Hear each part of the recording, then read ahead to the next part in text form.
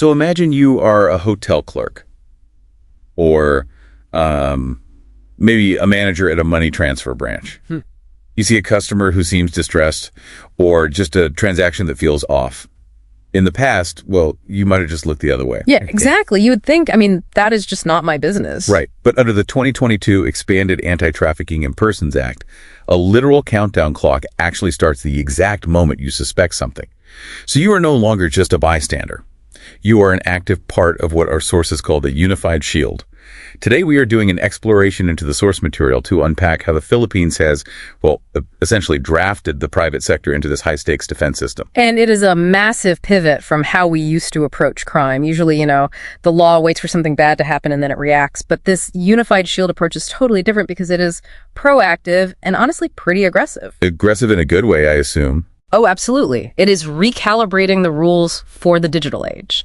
Because now a victim can be exploited through a smartphone screen just as easily as they could in some, physical backroom somewhere. Let us talk about that recalibration, actually, because the very definition of the crime has shifted. Like, we used to picture trafficking as someone being physically forced onto a boat or something. But the sources highlight that consent is now legally irrelevant if fraud is involved. Right. That is such a crucial aha moment for modern law. I mean, say a recruiter promises you a high-paying office job abroad, but then forces you into domestic work. It literally does not matter if you originally said yes to the trip. Wait, really? So the yes just does not count at all? Exactly. The law views that initial yes as a total nullity because, well, it was obtained through a lie. The focus is entirely on the exploitation itself, not on the victim's initial willingness to cooperate with what turned out to be a fraudster. That makes total sense. It's like a rigged game where the rules were a lie from the very beginning. You cannot willingly play a game if the dealer is using a marked deck, right? That is a really great way to put it. And speaking of players in this game, the law also makes a pretty surprising jump regarding who even counts as a child in certain scenarios. Yes. Yeah, I saw that. For overseas domestic work, the age of protection is now 24, which is a huge leap from 18. Why 24? Well, it is based on the harsh reality of the labor market. Traffickers specifically target that 20 to 24 demographic. I mean, these are young adults looking for their first real job, and they are highly economically vulnerable. So the law just acknowledges they need those heightened legal protections. Exactly, to stop them from being funneled into exploitative situations overseas. That makes sense. But the digital side of this is what really feels like a completely new landscape. I was reading the sources about something called child laundering. And, I mean, that sounds like something straight out of a dark thriller. How does that actually function? It is horrifying, honestly. Think of it like money laundering, but with human lives. It is the process of creating a fake but clean identity for a trafficked child. Like falsifying birth certificates. Yeah, birth certificates or even fake adoption papers. The goal is to make the exploitation look entirely legal on paper. It turns a massive human rights violation into just a clerical reality. Wow. And to fight this, along with things like online sexual abuse, the law introduces that 24/40 rule you hinted at earlier. Right, where internet service providers have 24 hours to pull down illegal content, and businesses like hotels have 40 hours to report suspicious activity. But I have to push back on the logistics here for a second. Go ahead. Because the law also says an ISP has to keep my subscriber and traffic data for a full year just in case. I mean, is that not a massive privacy risk? We are basically building a digital honeypot that could easily get hacked. You are not wrong. It is a classic tension between security and privacy. But the why behind that one-year rule is that digital trails go cold almost instantly. So if they do not keep it, the trail just vanishes. Precisely. Without that saved data, law enforcement cannot trace an IP address back to a physical location once a victim is moved. Now, the law tries to balance this by making the unauthorized disclosure of that data a very serious crime in its own right. Okay, so there are severe penalties for the ISPs too. Yes, but you are right. It places a huge burden of trust on tech companies. And it's not just tech companies either. Even the government's approach abroad has changed with what they call the one country team approach. I kind of picture it like a rowing crew. A rowing crew? How so? Well, in the past, you might have the labor attaché and the embassy staff pulling in totally different directions, waiting for orders from different bosses. But now they have to act as a single unit under the head of mission. If a rescue is happening in a foreign city, there's no saying, oh, that is not my department. That is a perfect analogy. And a huge part of those rescues now legally must involve a registered social worker. It ensures what they call a trauma-informed approach. Because a survivor is not a criminal? Right. Even if they had to do illegal things while trafficked? Right. Exactly. The law explicitly grants survivors non-liability. They are victims, not perpetrators. And as for the people actually running these rings, the law is hitting them where it hurts the most. Their wallets. I saw that they are using the Anti-Money Laundering Council to just freeze assets the second a connection is made. Yeah. So if you profit from this, your bank account is targeted right alongside your physical freedom. Yeah, it turns the whole ecosystem, the banks, hotels, ISPs, from passive bystanders into a proactive, unified shield. It is really a lot to process. We have moved from a world where businesses could just shrug and claim they did not know to a reality where a legal clock literally starts ticking the second they see something suspicious. It is a massive responsibility shift. It really is. And it leaves us with a pretty provocative thought to wrap up this exploration into the source material. Now that the law mandates private companies to report suspicion within 40 hours, has corporate responsibility stopped being just a PR buzzword and actually become a literal legal lifeline? Definitely something to keep in mind the next time you see something that just does not feel right. Welcome to our exploration into the source material for today. We're jumping straight into a pretty massive shift in legal protection. Yeah, the 2022 Expanded Anti-Trafficking in Persons Act. Exactly. Specifically, we're unpacking the Implementing Rules and Regulations, the IRR of Republic Act 11-1862. If you follow this space, you know RE 9208 was the foundation for a long time. Right, the old baseline. Yeah, but June 23, 2022 was the turning point. That's when the framework finally evolved. It became this evolved shield to meet modern challenges. So our mission today is to understand how these updated rules function as a much more robust defense system. It was a completely necessary pivot. I mean, the original 9208 was a vital starting point, sure, but it was anchored in a world of physical borders, face-to-face interactions. Right.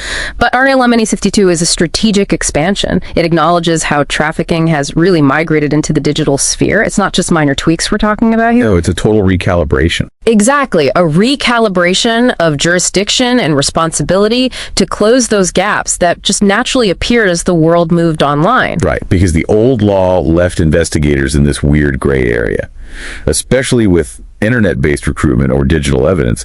Looking at these sources, it's clear the big shift is moving from a reactive model to something way more proactive. Proactive is the key word. Yeah, the new law actually accounts for the means and methods of traffickers in their digital footprint. Stuff that was incredibly hard to prosecute before. It targets the digital trail with much more precision. A major takeaway is how it handles the responsibilities of intermediaries. So internet service providers, social media platforms. They aren't just passive conduits anymore. Right. The law holds them to a higher standard of accountability for the content on their servers. It effectively broadens who is responsible for preventing exploitation. Okay, so let's talk about the how. You mentioned the IRR acts as the bridge between a legislative idea and real-world application. For you listening, this is where the theory becomes a deployment strategy. The operating manual, essentially. Exactly. So if the law is the what, the IRR is the manual. Yeah. Can you give us a concrete example of how this changes things on the front lines, like for a law enforcement officer? Well, what's fascinating is the procedural shift. The IRR provides a roadmap for enforcement that was previously pretty murky. It establishes clear protocols for emergency rescues. So they can act faster. Much faster. In scenarios involving digital evidence or immediate danger, officials have a clearer mandate now. In the past, needing a central warrant every single time meant a trafficker could just vanish into the encrypted void of the internet. The IRR aims to match the speed of the law to the speed of the crime. So it's less a list of thou shalt nots and more about tactical tools to intervene. We've moved to an aggressive, modernized system, but let's revisit that timeline. Why was June 23, 2022 the critical turning point? That date is when the legislative history hit a new gear. The state recognized the old tools were no longer sufficient. The problem had become decentralized. It became tech-heavy. And 11-1862 evolved the capacity to define and pursue these crimes. Yes, specifically targeting things like online sexual abuse and exploitation of children, or OSIC-EC. The previous framework just wasn't fully equipped for that. So what does this all mean for you listening? Looking at the strategic overview of this IRR, you're seeing a society refining its tools to keep people safe. It's acknowledging that as the threat changes shape, our definitions have to catch up. We're moving toward a system where the digital space isn't a lawless frontier. And connecting this to the bigger picture, understanding these procedural safeguards turns a passive observer into someone who grasps the mechanics of justice. It's seeing the law as a dynamic response to shifting human behavior, not just a static document. Right. As we wrap up this exploration of R.A. Alani 1862 as a modernized offense, here's a provocative thought to leave you with. As we expand legal protections to cover every corner of the digital world, where does the shield of protection end and the potential for total surveillance begin? That's a question that will likely define the next generation of legal evolution. Thanks for joining us. Welcome to this exploration into our source material. Today we have a pretty heavy but incredibly important document. It's the Implementing Rules and Regulations, or IRR for short, of the 2022 Expanded Trafficking in Persons Act. Right, and specifically we're looking at Rule I, Section 3 today. Exactly. And our mission here isn't just to read through legal jargon. We really want to unpack how this framework defines human dignity and restorative justice. Because if you think of the law as just the what, this IRR is the how-to manual. Yeah, without these specific rules, the law is just a nice idea. The IRR turns those high-level concepts into mandatory protocols for police and social workers. It becomes an actual blueprint.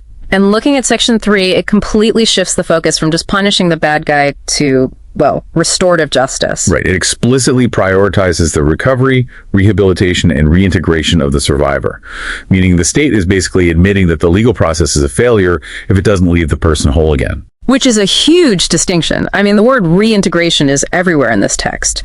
But does it actually change things on the ground? It really does. It mandates specific lenses for every single action. So responses have to be disability inclusive and age appropriate. So like if a survivor uses sign language. Exactly. If authorities don't provide a qualified interpreter, that is no longer just an oversight. It is a direct violation of these rules. The system is legally required to adapt to the individual. Rather than forcing the person to navigate a rigid bureaucracy. I like that. The document also talks about being culturally responsive and gender sensitive. Yeah, because trauma is not universal. A standard interview could actually be a second victimization if it ignores a person's cultural norms or gender identity. You're just processing them through a machine at that point. Precisely. The law is admitting that a one-size-fits-all approach actually hinders justice. You can't help someone recover if you ignore their background. That leads us to this phrase that sounds a bit like a corporate buzzword to me, the one country team approach. It does sound like a buzzword, but it's intense. Think of it like a high-stakes surgical team. Where you don't want the surgeon and the nurses looking at completely different charts. Right. In the past, we had massive silos. Police did their thing, doctors did theirs, and social workers were left in the dark. This approach creates a single chart where the best interest of the child or the survivor is the paramount consideration. So it's radical collaboration, but mandated by law. It's an actual accountability mechanism then. Yes. If an agency refuses to share critical info or coordinate, they are actively undermining a legal mission. And the data shows that without this integrated support, survivors are at a massive risk of being re-trafficked. So it's about stopping that revolving door. Exactly. This is a strategy to break the cycle of exploitation entirely. Which completely shifts the finish line for the whole system. Success isn't a closed case file in a cabinet anymore. It's a restored life back in the community. You're moving the goalpost from did we catch the perpetrator to is the survivor actually thriving? Yeah. It's the difference between a system that processes people and one that truly values them. So taking all this in, we've seen how this act uses a multifaceted approach. Age, culture, disability, all within that one country team model to uphold human dignity. It proves that the law can be a tool for healing, provided the rules for implementation are as strong as the intent. Really well said. So as we wrap up this exploration, I want to leave you with a thought to mull over. If this one country team approached this idea of radical collaboration is the gold standard for restoring lives in this context, how might that same philosophy change how we solve other complex social issues in your own community? What silos are standing in the way of progress where you live? Something to think about. Thanks for joining us. You brought us some pretty heavy, but really vital material today. Yeah, it's a tough topic, but necessary. Right, so we are jumping right into this exploration into the source material, covering the 2022 Expanded Trafficking in Persons Act. Think of it as essentially a software update for the legal system. Exactly, trying to patch those bugs that traffickers have been exploiting for years.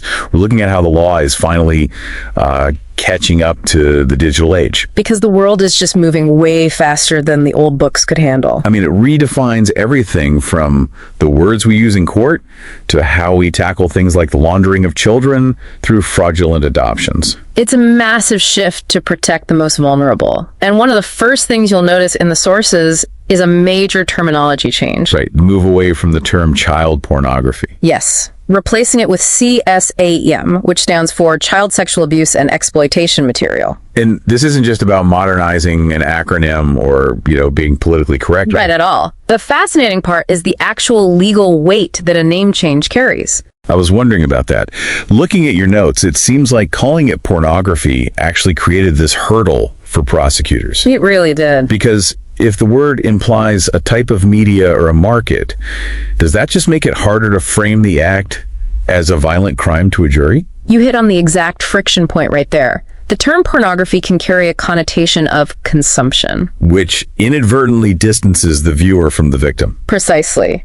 By legally reclassifying it as exploitation material, the law forces everyone to focus on the fact that the material itself is evidence of a crime. So it simplifies the prosecutor's job.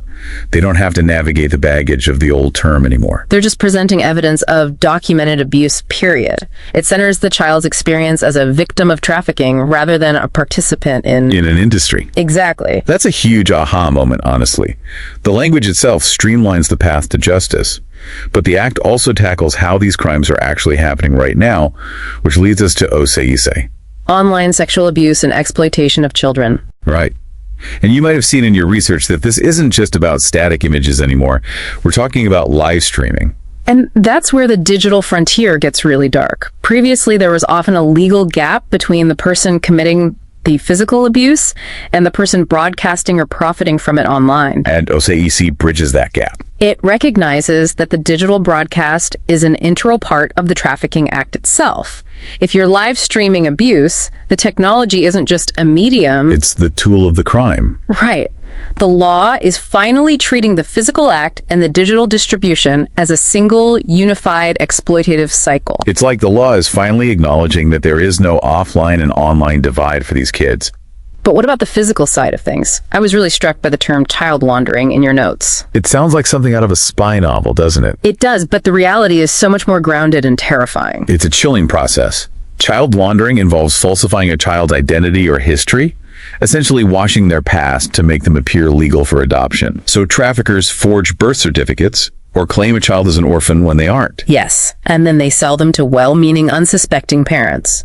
Before this act, these cases were often stuck in a gray area of adoption fraud. Which carries much lighter penalties, I assume. Much later. Now it's explicitly categorized as human trafficking. That is a massive shift in how we prosecute those cases. And speaking of closing loopholes, the act also brings armed activities into the fold.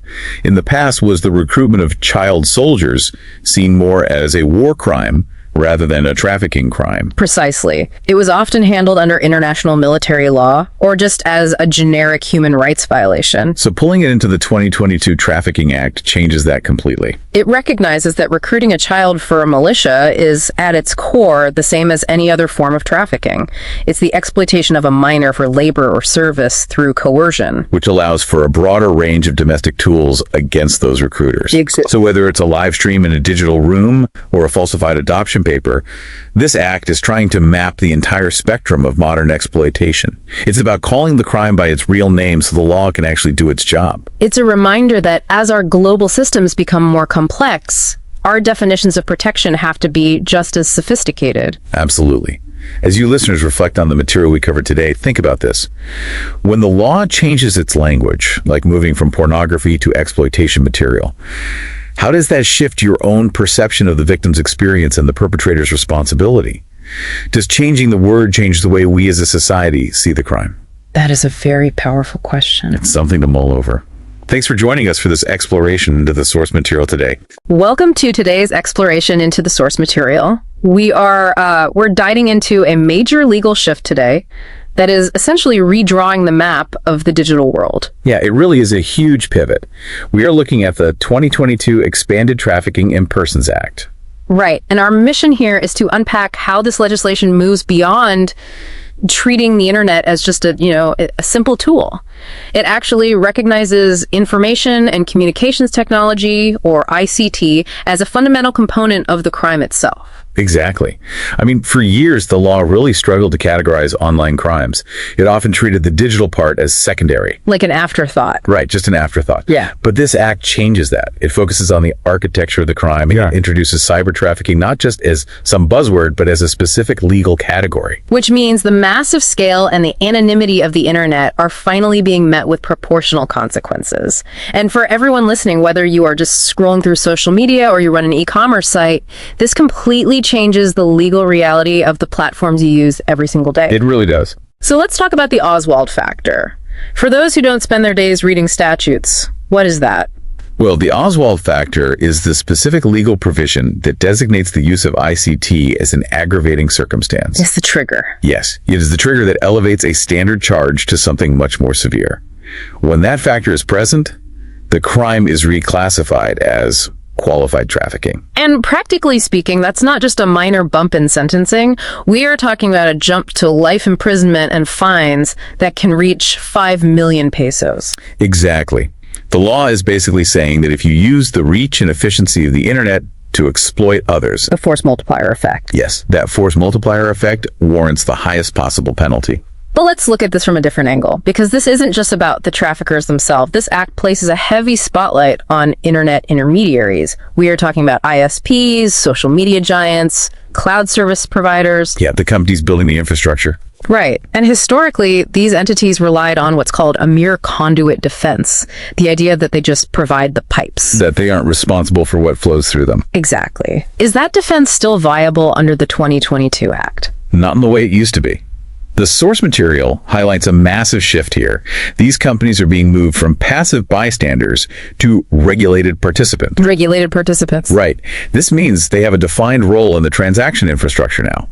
They are legally required to cooperate with law enforcement, preserve data, and proactively report or block content when certain conditions are met. So they are no longer just the sidewalk where the crime happens. They are seen as managers of the space. Exactly. But that seems like a massive burden, especially for smaller tech players. I mean, if an ISP is now a regulated participant, aren't we essentially asking them to police every single byte of data on their network? There has to be tension there between privacy and this new mandate to monitor. Oh, there is significant friction there. The act doesn't necessarily demand total surveillance, but it definitely removes the ignorance as bliss shield. Because they have a duty of care now. Right. By being labeled participants, these intermediaries are legally tethered to the safety of their platforms.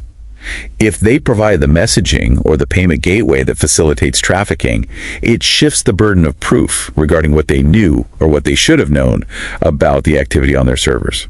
So what does this all mean for the listener? It means the services you use are no longer viewed by the law as neutral, hands-off utilities. Yeah, it's a move towards systemic accountability. The digital landscape is now a regulated environment where providers are partners in enforcement. The Oswald factor ensures the tech itself is no longer a shield, but a reason for a harsher sentence. Which brings us to a provocative thought to wrap up today. As these intermediaries embrace their new roles as regulated participants, and as they increase their internal monitoring to comply with the 2022 Act, how will the balance between your personal digital privacy and their legal liability shift in the coming years? It is definitely a question worth considering the next time you blindly accept a change in a platform's terms of service. So, let's dive into this stack of legal briefings and industry reports we've got today. Right, the ones focusing on the 2022 Expanded Trafficking in Persons Act. Exactly. Our mission for this exploration into the source material is to figure out why your bank, your favorite hotel, and even your social media feeds are suddenly under this massive legal microscope. Yeah, because the big takeaway from these documents is that fighting human trafficking isn't just a government effort anymore. Right, it's a mandatory mission for the private sector now. It's not just a nice-to-have best practice. No, it is a high-stakes legal requirement. I mean, the law is effectively turning the infrastructure of your daily life. Like how you talk to friends, travel, spend money. Exactly. It turns all of that into a defensive network. The sources show the responsibility has shifted squarely onto the businesses we interact with every single day. And it starts with what the law calls internet intermediaries. Right. And we're not just talking about the tech giants here, but really any platform hosting content. These sources detail this incredibly strict 24-hour rule. Just 24 hours. If they get a notice about trafficking-related content, they have exactly 1 day to block or take it down. 1 day. That sounds like a logistical nightmare for a mid-sized company. I mean, how are they supposed to keep up without just deleting everything instantly? Well, that's the tension. From a legal perspective, digital evidence is incredibly fragile. So by mandating this speed, the law turns tech companies into active monitors. They can't just be passive pipes anymore. Exactly. Data can't just flow through blindly. Plus, they also have to preserve subscriber data for at least a year. Wow, a whole year. And up to 2 years if they're given official notice. The law is prioritizing the choke point of the internet to stop recruitment and advertising before it scales. It's that same ticking clock energy in the physical world, too. Like if you work in tourism or transport. Airlines, bus lines, hotels. Right. You now have a 48-hour window to report suspected trafficking. But here's the part that actually blew my mind from the reading. The concept of conclusive presumption. Oh yeah, that is easily the most aggressive tool in this 2022 Act. Specifically regarding CSAM, right? Child sexual abuse material. Right. If it is on public display in a business, the law now presumes the business had knowledge of it. So the whole "we didn't know" or "we don't monitor every screen" excuse is just... Gone. There is no defense of ignorance. If it's in your space, the law concludes you knew. It completely shifts the burden of proof. Think about the pressure that puts on a hotel front desk clerk. Exactly. If they see something suspicious and don't report it within that 48-hour window, the law can legally assume the business was in on it. It turns a hospitality job into a high-stakes intelligence role. It really does. So next time you check into a hotel, you have to realize the staff are being trained for surveillance, not just service. They're legally on the hook to spot red flags that used to just be ignored. But the law doesn't stop at the lobby. It follows the money. This is where the strategy really gets teeth. Financial institutions now have a direct duty to report suspicious transactions to the Anti-Money Laundering Council. The AMLC, is that just a government office that files paperwork? Far from it. They're a powerful financial intelligence unit. They can freeze assets and track movement across the entire global financial system. Okay, but here's the nugget of knowledge that changes the stakes. We aren't just talking about a corporate fine for a bank. No, we are talking about actual person-to-person accountability. Like actual jail time. Under the Act, willful violation or even gross negligence carries criminal liability. Compliance officers or executives who look the other way could face prison. Because if you make the banking system too hot for traffickers to use, they can't enjoy the profits. And the business model collapses. It's an overhaul of the entire private sector's DNA. We've gone from what did you know to what should you have known, with those strict 24 and 48-hour deadlines and the threat of criminal charges. It's creating an environment where the infrastructure itself, the tech, the travel, the cash, works against the criminal. Which leads to a final thought I want our listeners to mull over. If the law now presumes a business knows what is happening on its screens and in its hallways, how might that redefine the very concept of privacy in the spaces you visit? That's a huge shift in perspective. Right. When the person behind the desk is legally required to watch you more closely, does the nature of that space change for everyone? Think about that next time you log onto a platform or check into a room. Thanks for joining us for this exploration. Welcome to our exploration into today's source material, where we're digging into the 2022 Expanded Trafficking in Persons Act, specifically the digital toolkit it establishes. Our mission today is to really understand how these legal frameworks are evolving. Right, because they need to track and stop trafficking in the digital age. Exactly, which means empowering law enforcement to move at the speed of the internet, especially when children are at risk. Yeah, it's a completely necessary evolution for decades. I mean, our legal frameworks were anchored to physical evidence, landlines, that sort of thing. But the 2022 Act acknowledges that the border is now a screen. Exactly. And what's fascinating here is that the law isn't just adding new rules, it's prioritizing speed in a way that fundamentally shifts the balance between privacy and protection. So let's get into the mechanics of that shift. One of the sharpest tools in this kit involves interception. Standard wiretap provision. Right. Under normal circumstances, tracking and recording communications requires a court-ordered wiretap. But for child trafficking cases on digital platforms, The law carves out this massive exception for undercover work. yeah, no court order required for those recordings. Yeah. Which is huge. I mean, bypassing a judge feels like a big step. Isn't judicial oversight the main safeguard against police overreach? That is the tension right at the heart of the act. The rationale is real-time necessity. In these digital environments, the grooming or the transaction, it happens in seconds. You blink and it's over. Exactly. If an undercover officer has to pause, file a petition, wait for a courtroom schedule. The victim is moved. Right. Or the suspect just vanishes into the dark web. Right. The law is gambling that the immediate risk to a vulnerable child outweighs the risk of a warrantless recording in that very specific undercover context. So is the legal system finally admitting that internet time and courtroom time are just two completely different dimensions? Yeah, that's a really good way to put it. But tracking a live chat is kind of useless if you don't actually know who is behind the keyboard. Which brings us to the ISPs. The internet service providers, right? The warrantless disclosure rule. Yes. Law enforcement can now obtain subscriber data. So that's identity, physical address, through a formal request without a traditional search warrant. And this is a critical distinction to make. When the source material says warrantless, it doesn't mean police are just reading your private emails whenever they want. Right, it's limited. Very limited. It's just subscriber information. The formal request forces the ISP to hand over the who and the where. A digital handshake between the state and the provider. But if I'm a skeptic, I'm thinking identity is just the surface. What about the actual evidence, the messages, the files, the logs? That still requires a cybercrime warrant, and this is where the 2022 Act plugs directly into RA 1175. The Cybercrime Prevention Act. Exactly. While identity comes from the formal request, the actual content of the communications requires a warrant, but the toolkit allows for the formal preservation of that data. So it essentially freezes the digital evidence in its tracks before a trafficker can hit the delete key or activate a wipe. Right. It creates a preservation grace period. It's a 1-2 punch. First, law enforcement uses the warrantless request to find out who and where you are. Then, they use the Cybercrime Act to lock down the data while they secure the warrant for the content. Which ensures that by the time the case reaches a judge, the evidence hasn't been shredded.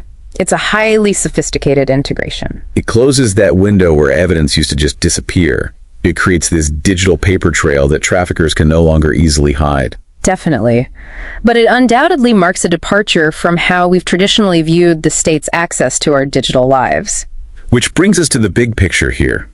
We've looked at how this act combines communication tracking, undercover flexibility, and ISP cooperation into this comprehensive digital net. And it highlights a broader trend. The gravity of the crime is being used to redefine the boundaries of digital privacy. Yeah, it really shows the learner why this matters. It's all about understanding that delicate balance between rapid law enforcement action and the technical protocols that govern our digital lives. The toolkit is powerful, but it's built on exceptions to rules we once thought were absolute. Which leaves us with a pretty provocative thought to mull over. If we accept that internet time justifies bypassing a judge to combat the most heinous crimes, what does this suggest about the future of digital privacy boundaries for the average citizen? Is it a unique necessity for this specific fight? Or is this digital toolkit a blueprint for all future law enforcement? It's a thin line to walk and something to think about next time you log on. So, today we're exploring a pretty heavy topic, pulling from a stack of legal documents and tactical field guides we've been digging through. Specifically, we're looking at the 2022 Expanded Trafficking in Persons Act. Yeah, and our mission here is really to unpack what actually happens behind the scenes during a human trafficking rescue operation. Right, because I think, when most of us picture a rescue, we think of, Hollywood. Oh, absolutely. Kicking down doors, explosions, all that big bus bravado. But the reality is actually this highly regulated, almost surgical process. The big bus narrative is completely secondary to the actual safety of the individual being rescued. Which is a massive shift, right? I mean, before this 2022 expansion, the system had this major flaw between the tactical police work and the social work handoff. Exactly. Cases were literally falling apart in those first few critical hours. Yeah. Victim statements were being taken improperly, or that chain of custody for the person's actual well-being was just completely broken. So under this new protocol, it treats the rescue not as a police raid, but as the very first step of clinical recovery. And that recovery has to start before a door is even breached. The protocol mandates that law enforcement must coordinate with social workers. Right, either from the DSWD, that's the National Department of Social Welfare and Development, or from specialized NGOs. Yeah, and that has to happen before the operation even gets off the ground. But I have to ask, if you're a cop prepping for this high-stress, dangerous raid, doesn't having a social worker tagging along feel like a bit of a distraction? It might feel that way in the heat of the moment, but they are actually the secret weapon here. Law enforcement handles the security, sure, but social workers are there to manage the trauma. Because if you don't have that expertise on site, You risk re-traumatizing the individual, and if that happens, they're far less likely to cooperate with the legal case later on. wow, so the law is basically saying a victim's psychological needs are just as urgent as the need to put handcuffs on a suspect. Precisely. It's the foundation of the whole thing. So let's talk about when the operation actually goes live. One of the first things you'd see is the rule of separation. Right. The moment the team enters, victims are physically moved away from the suspects. It's not just for immediate safety, it's about breaking that psychological grip the trafficker has. Because if the victim can still see their captor, they might just stay locked in that state of fear-induced compliance. Exactly. But there is another rule that usually catches people off guard, and that's the total media blackout. There is a strict legal prohibition on media presence during these operations. No cameras, no live reporting from the scene. I am really curious about that, though. We live in an age where everyone has a smartphone and citizen journalism is everywhere. Yeah. How do they actually enforce that silence on a busy street corner? It seems almost impossible. It is a massive challenge, but the law is unwavering. The individual cannot be treated like a prop for a news cycle. By enforcing that confidentiality from second one, you are actively protecting their dignity. Yes, and their future. If their face is all over the evening news, their path to a normal life is compromised before it even starts. The 2022 Act essentially asks if justice is a public spectacle or a private process of restoration, and it chooses restoration every single time. Which brings us to the immediate endorsement phase right after the scene is secured. It's a formal transfer to a shelter. Right, they don't just drop them off. There is a mandatory rights briefing that happens the exact moment they are safe. You're telling this person you are now under the protection of the law. That is a huge shift in the power dynamic. It empowers them immediately. But we should also talk about the fallback protocol. Things don't always go perfectly. Like if you're in a remote area and a social worker just isn't available. Exactly. The law doesn't just say too bad. It mandates that law enforcement must secure the individual and ensure a social worker is brought in the very second one is reachable. Because the survivor's needs cannot wait for paperwork. Or for personnel to catch up. Safety first is the ultimate fail-safe. It really shows that this protocol isn't just a checklist. It's carefully designed to prevent further trauma while building a case that will actually hold up in court. You are moving from being a piece of evidence in a bust to being a human being in a handoff to recovery. It's that delicate balance. Every step, from that pre-op meeting to the media blackout, is a brick in the wall protecting that person's future. It turns the power of the law into a shield rather than just a sword. It makes you wonder about our role as the public in all of this. In a world where we feel so entitled to see everything documented as it happens, does removing the spectacle of a rescue actually make the voice of the survivor stronger in the end? It's a profound shift in perspective. It really is. So as you go about your day, think about that silence. Does justice need to be loud to be effective? Or is the quietest rescue actually the most successful one? Something to think about. Imagine for a second that your legal rights aren't just tied to the ground you happen to be standing on. Like, they actually follow you, like a shadow across every border. Yeah, that is definitely not how we usually think about the law. Right. Because normally when you travel or work abroad, you're totally at the mercy of whatever local laws happen to be in place. But today, for our exploration into the source material, we're looking at a major shift in how the Philippines protects its people worldwide. Through the 2022 Expanded Trafficking in Persons Act. Exactly. We have a stack of sources detailing how this law effectively projects legal power across the globe. It basically ensures that if you are a Filipino citizen, your country's protection doesn't just end at the airport gate. It's a total departure from traditional international law. I mean, usually sovereignty is soil-based, so if a crime happens in Dubai or Hong Kong, it is strictly their business. But the principle of extraterritoriality in this 2022 Act sort of flips that script, right? It really does. The Philippines is essentially saying that our protection is tied to your identity and not your GPS coordinates. It is designed to close those jurisdictional gray zones where traffickers used to hide. Because traffickers often count on the fact that local authorities might be overwhelmed or just indifferent. Yes. Now, the first two conditions for this law without borders are pretty much what we would expect. The Philippines claims jurisdiction if the suspect is a Filipino citizen or a permanent resident. But there is a third condition that feels like a massive legal power move. Yeah. This was the aha moment for me when going through the material. It is all about the victim. Exactly. This is the real so what of the expansion. The Philippine legal system now claims jurisdiction if the crime is committed against a Filipino citizen. Regardless of who the perpetrator is. Right. It does not matter if the perpetrator is a foreign national or if the entire incident happened halfway across the world. If the victim is Filipino, the Department of Justice claims a seat at the legal table. Wow, that completely shifts the power dynamic. A Philippine passport is not just a travel document anymore. It's a shield that signals the home government is watching. But you know the shield only works if there are actually people on the ground to hold it. Which brings us to the one-country team approach mentioned in the sources. They use terms like forward operating bases, which suggests this isn't just routine social work. It is treated like a high-stakes rescue operation. The material explains how embassies and consulates or foreign service posts and migrant workers' offices shift from being passive administrative desks to active protection units. So they are not just stamping passports anymore. No, they are mandated to operate as part of this unified team. If we connect this to the bigger picture, the state's infrastructure has to be present wherever its people are. And this is not just a suggestion. The 2022 Act makes it a legal mandate. And that mandate includes some very specific high-stakes services.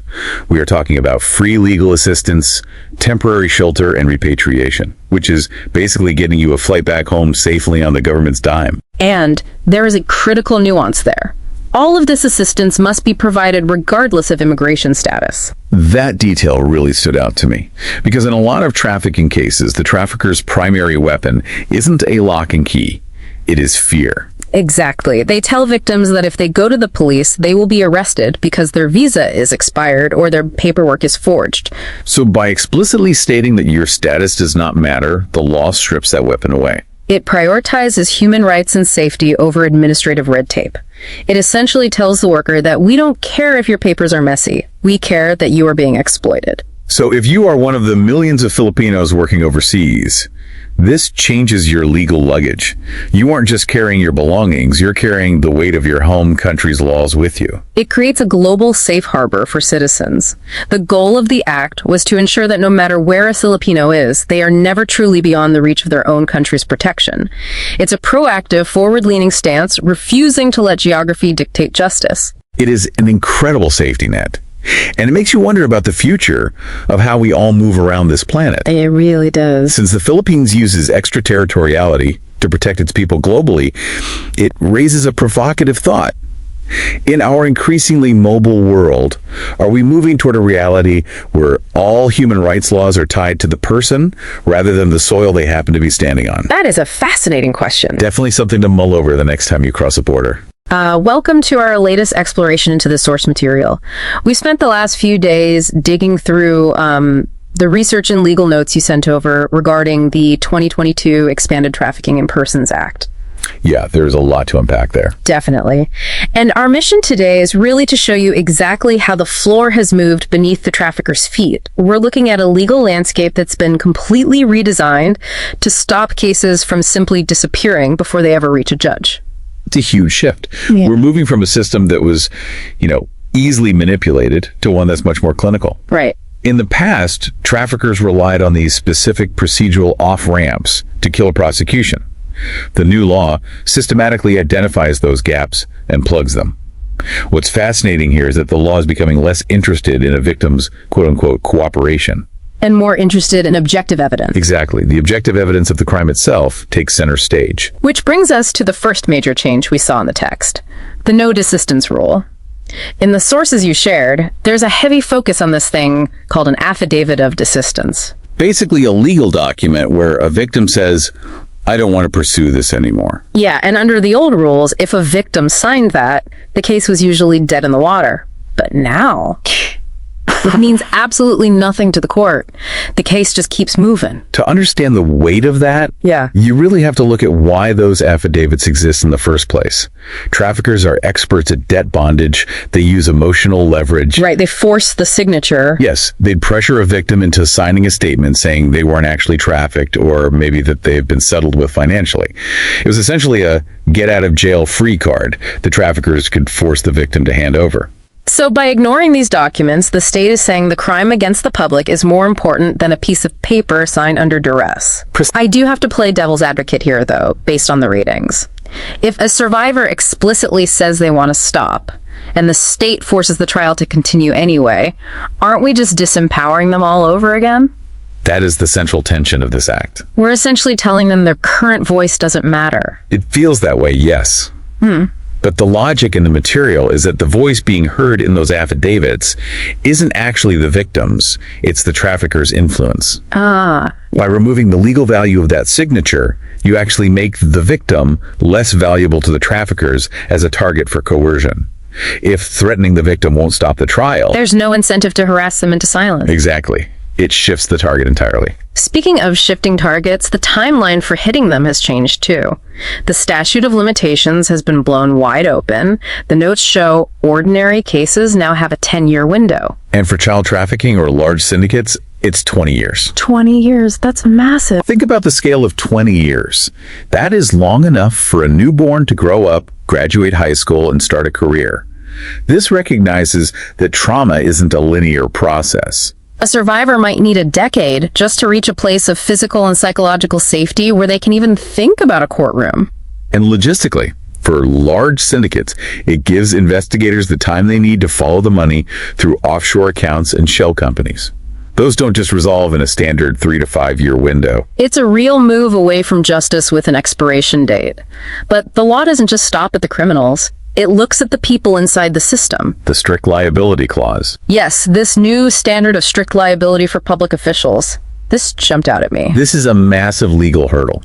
Strict liability means that intent doesn't matter. If a public official, say, someone in your local government or a precinct, suggests or encourages a victim to drop their case, they've committed a crime. They can't just argue they were trying to help. Or that they thought it was best for the community.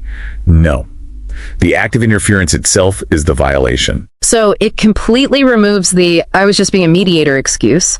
It forces officials to be a bridge to justice rather than a barrier. It's an incredibly evidence-based approach. The state is stepping up to say, we will prove this happened with or without a willing witness. That is a fundamental change in how we think about victim-based crimes. When you look at these three pillars together, no desistance, 20-year windows, and strict official liability, you see a system prioritizing prosecution over the bureaucratic ease of closing a file. Without a doubt.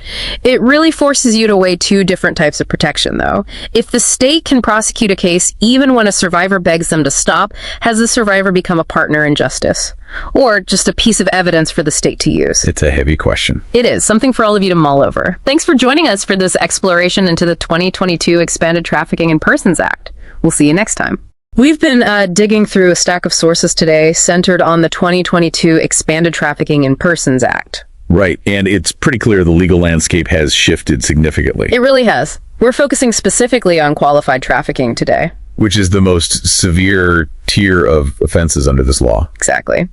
If you've ever wondered how the legal system distinguishes between a standard crime and one that warrants the absolute maximum penalty, this is the blueprint. Our mission for this exploration into the source material is to understand why the law now views certain conditions not just as worse, but as an entirely different category of exploitation. Yeah, it's a move toward what we might call vulnerability-based and capacity-based sentencing. When a crime is deemed qualified, the standard penalties are completely off the table. Instead, the law mandates life imprisonment. And staggering fines, right? We're talking ranging from 2 million to 5 million Philippine pesos. It's massive. And this isn't just about punishment. It's about the state recognizing that certain factors, like who is doing the trafficking or who is being targeted, fundamentally change the impact of the crime on society. Right. Looking at the criteria, the law specifically calls out the organization behind the act, like the distinction between a syndicate and large-scale trafficking. Which is a crucial distinction for anyone following these cases. Right. So a syndicate is defined when 3 or more people carry out the trafficking as a group. While large scale, on the other hand, is triggered when the crime is committed against 3 or more people. Whether individually or as a group. Exactly. It's a dual-pronged approach to dismantle both the criminal infrastructure and the volume of exploitation. The law is also remarkably firm when the perpetrator is a member of the military or law enforcement. Because this isn't just about the crime itself, it's about the abuse of state-sanctioned power. By making this an automatic, qualified offense, the 2022 Act essentially tells the courts that a breach of public trust by those sworn to protect is an aggravating factor. One that cannot be mitigated. It removes the gray area completely. It also shifts the focus heavily toward the victim's circumstances. We see specialized protections for children, persons with disabilities, and indigenous persons. In these cases, the law assumes a level of systemic disadvantage. It's telling the courts that if a trafficker uses a person's disability or their marginalized cultural status as a weapon of control, they've crossed right into the territory of qualified trafficking. It forces the legal system to acknowledge the specific hurdles these groups face. And that logic extends to the environment in which the crime occurs, too. Yes, one of the most significant parts of the 2022 Act is the crisis or disaster clause. Imagine the aftermath of a massive typhoon or a period of intense civil conflict. People have lost their homes, their livelihoods, their support networks. And the law recognizes that predators see these disasters as a business opportunity. By qualifying trafficking during a crisis, the state is attempting to deter those who would prey on people at their absolute moment of maximum desperation. Which makes total sense. Now, I found the inclusion of information and communications technology, or ICT, to be perhaps the most forward-thinking part of this update. Oh, absolutely. It's no longer just about physical borders or back alley deals. Right. If you use a computer system or any digital platform to facilitate any part of the trafficking process, it's automatically qualified. Which is a massive shift in how we think about the crime scene. By including ICT, the law acknowledges that digital tools provide traffickers with a level of anonymity and a global reach that was previously impossible. It changes the burden of proof and the jurisdictional reach of the state. It's a recognition that a predator behind a screen in a different province can be just as dangerous, if not more so, than one standing right in front of the victim. The technology itself becomes an aggravating factor because of the scale of harm it enables. So when we look at the big picture, this isn't just a list of triggers. It's a legal framework designed to protect the most vulnerable while aggressively targeting those who use power, organization, or modern technology to exploit them. It changes the math for the offender. There's no hiding behind a keyboard or a badge anymore without facing life imprisonment. It shows a legal system evolving to meet modern threats. Recognizing that as the world becomes more digital and more prone to crises, our definitions of the most serious crimes have to evolve with it. It leaves you with a lot to consider as we move further into a digital-first world. If the 2022 Act has effectively moved the legal battleground from physical borders to your laptop, what does it mean for the future of justice when a single device can be the primary tool for a qualified crime? That's the real question. Does our current system of physical courts and local police have the capacity to keep up with a crime scene that exists everywhere and nowhere at once? Something to mull over until next time. If you've ever watched a crime drama, the story usually ends when the handcuffs click shut. But, in the world of human trafficking, an arrest is often just a temporary dent in a really massive, profitable machine. Right, yeah. It's just a bump in the road for them. Exactly.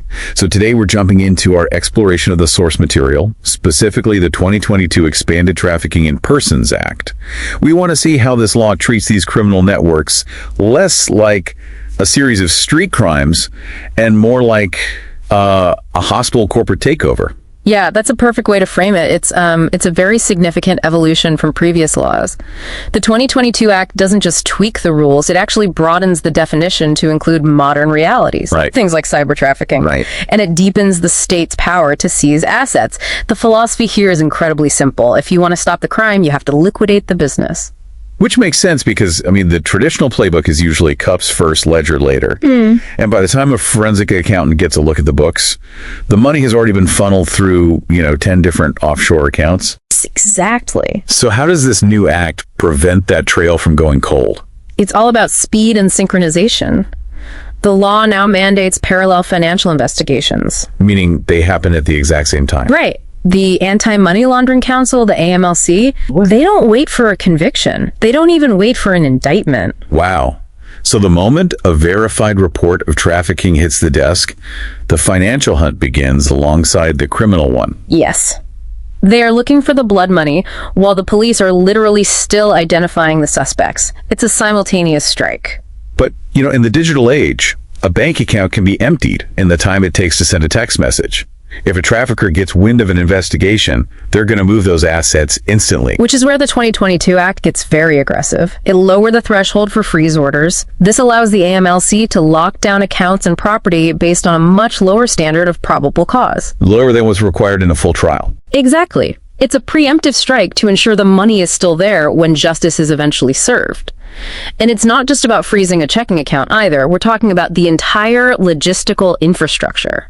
You're referring to what the law calls the instruments of the crime, right? Yes. Though that term feels a bit sterile to me. When we say instruments, what are we actually looking at on a practical level? Think of it as the operational hardware of the enterprise. Say a call center is being used for labor trafficking. The law allows for the seizure of the entire building. The physical real estate? The real estate, the servers, the high-end tech used to run the scam.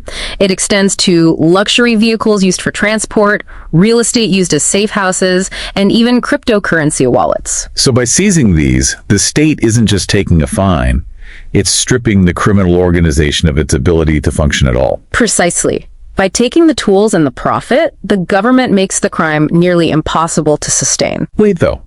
If the government takes the house or the crypto, what actually happens to that value? Does it just sit in a government vault somewhere or get swallowed by the general budget? No, and this is the most innovative part of the restorative model. The law ensures these assets are forfeited in favor of the government, but they are specifically earmarked for a dedicated trust fund. Oh, okay. And this fund isn't managed by some faceless bureaucracy. It's overseen by the Interagency Council Against Trafficking, or IACAT. So instead of the money just disappearing, it's funneled back into the community. But how does that actually reach the people who are exploited? It's a systemic shift. Rather than just relying on erratic court-ordered restitution that a trafficker might never actually pay, the IACAT uses this trust fund to bankroll national survivor reintegration programs. We're talking about long-term housing, legal assistance. Yes, and comprehensive medical care. There's a poetic justice to it, really. The very digital infrastructure and real estate used to exploit someone is liquidated to pay for their path back to a normal life. It effectively turns the proceeds of crime into a self-funding recovery system. You investigate the money in real time, freeze the operational assets before they can be hidden, and then repurpose that wealth to rebuild what the criminals tried to destroy. Exactly. It moves the needle from the old saying that crime doesn't pay to making the crime pay for the recovery. It's about making the cost of doing business too high for these networks to survive. As you look at other industries, it makes you wonder, if we applied this instrument of crime logic to environmental dumping or high-level corporate fraud, where the tools of the trade are automatically turned into a recovery fund for the victims, how would that change the entire landscape of justice in our society? That is a fascinating question. It is definitely something for everyone to think about the next time you see a headline about a major corporate settlement. Thanks for joining us for this exploration into the 2022 Expanded Trafficking in Persons Act. So I was looking through that stack of research you sent over on the 2022 Expanded Trafficking in Persons Act, and frankly, it's a bit of a bombshell, right? Yeah, exactly. A total bombshell for how we think about criminal liability. For our exploration into the source material today, we're diving into these legislative notes and case studies to look at this massive pivot toward victim-centered protection. Which is such a necessary shift. It really is. Basically, we're looking at how the law is finally trying to stop treating survivors like they're the ones who belong in the dock. Right. I mean, it's a total inversion of criminal law 101. For decades, the system focused purely on the what.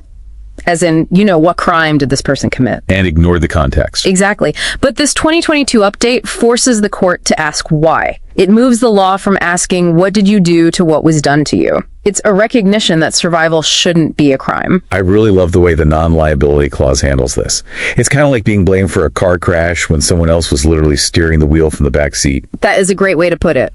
Because if a victim is forced into unlawful acts, and we're talking things like prostitution or vagrancy that would usually get you handcuffed, the law now says they cannot be held liable. It acts as a shield against the very acts the traffickers force them to perform. Right. And that's crucial because historically, traffickers use the fear of arrest as a leash. They'd tell victims, if you go to the cops, they'll just bust you for the work you're doing. Which is terrifying. Highly effective, too. But by removing the threat of prosecution for these specific acts, the law effectively cuts that leash. It formally recognizes that these aren't choices made in a vacuum. They are the direct results of coercion. Okay, so let's unpack the evidentiary rules you flagged in the notes. I'm trying to wrap my head around the consent piece. Yes, the consent rule. Because in almost every other area of law, consent is the whole ballgame. If someone agrees to something, the crime usually vanishes. But here the act says consent is legally irrelevant. Why is the law taking such a hard line there? Because in the context of trafficking, yes doesn't actually mean yes. The law is finally catching up to the psychology of extreme power imbalances. Right, you can't really consent if someone holds all the cards. Exactly. If you're being exploited or coerced, any agreement you give is just a moot point. If we connect this to the bigger picture, it's about stripping away the primary defense traffickers use to walk free. Let me play devil's advocate for a second, though. Doesn't making consent irrelevant create a massive hurdle for defense attorneys? It does, but that's the point. Well, because if they can't argue that the person was a willing participant or even bring up the victim's past sexual behavior because the notes say that's now totally inadmissible, isn't the court basically tying the defense's hands? That's exactly the friction the law intends to create. Yep. It actively prevents the defense from putting the victim on trial. Which happened all the time. All the time. In the past, a defense lawyer might bring up a victim's history to discredit them or make them seem complicit. This act just shuts that down entirely. It forces the jury to keep the focus exactly where it belongs, on the actions and methods of the traffickers. Rather than judging the character or past of the person they exploited. It's about human dignity as much as it is about the legal outcome. Absolutely. But even with these protections in court, the physical danger of coming forward is still terrifying. So how does the act address the what happens to me tonight factor? That's where the safety net becomes a foundational right. You'll see in the sources the mention of the Witness Protection Security and Benefit Program, or WPSBP. Or I saw that acronym. In the past, getting into a program like that might have been a maybe or a bargaining chip. Now, under this act, if you are a victim of trafficking, eligibility for the WPSBP is automatic. Wow, so no hoops to jump through. No hoops. It's not an afterthought. It's a guarantee of safety while you navigate the system. The big aha moment for me across all these sources is that we're moving away from just prosecuting a crime and toward actually protecting a human being. Yes, perfectly said. We're simplifying the path to justice by removing the focus from the victim's behavior and putting it squarely on the exploiter's tactics. Understanding these specific legal shifts is so key to seeing how the justice system is evolving to handle human rights with a bit more nuance. It's really about creating an environment where the truth can come out without the victim being further traumatized by the very system that's supposed to be helping them. So true. Before we wrap up this dive, I want to leave everyone with a thought to mull over. If the law now explicitly states that consent is entirely irrelevant in these cases, are we finally admitting that under extreme duress, the word yes has absolutely no legal meaning? Something to think about. See you next time. So when we talk about human trafficking, the media usually zooms in on the rescue, that high-stakes moment of liberation. Right. The sirens, the raid. Exactly. Right. But looking at the source material today, we're focusing on what happens the next morning. In this exploration into the source material, we're digging into the 2022 Expanded Trafficking in Persons Act. Yeah, the rebuild phase. Yeah, the rebuild. It's a massive multi-agency blueprint to help survivors not just recover, but actually reclaim their place in society. Why should our listeners care about this specific document? Well, it's a significant evolution in how the state views its responsibility. Instead of treating survivors as, passive recipients of a temporary handout, this framework approaches recovery as a structured, holistic process. Like a literal construction project. Yeah, weaving together psychosocial, economic, and educational support to turn a survivor into a thriving citizen. And the foundation of that construction project, based on these sources, is what they call the immediate shield. Right, because before someone can even think about a career or a classroom, they need to be physically safe. So the Act tasks the social welfare and health departments with providing immediate shelter and security. But I noticed a really specific focus on trauma-informed care.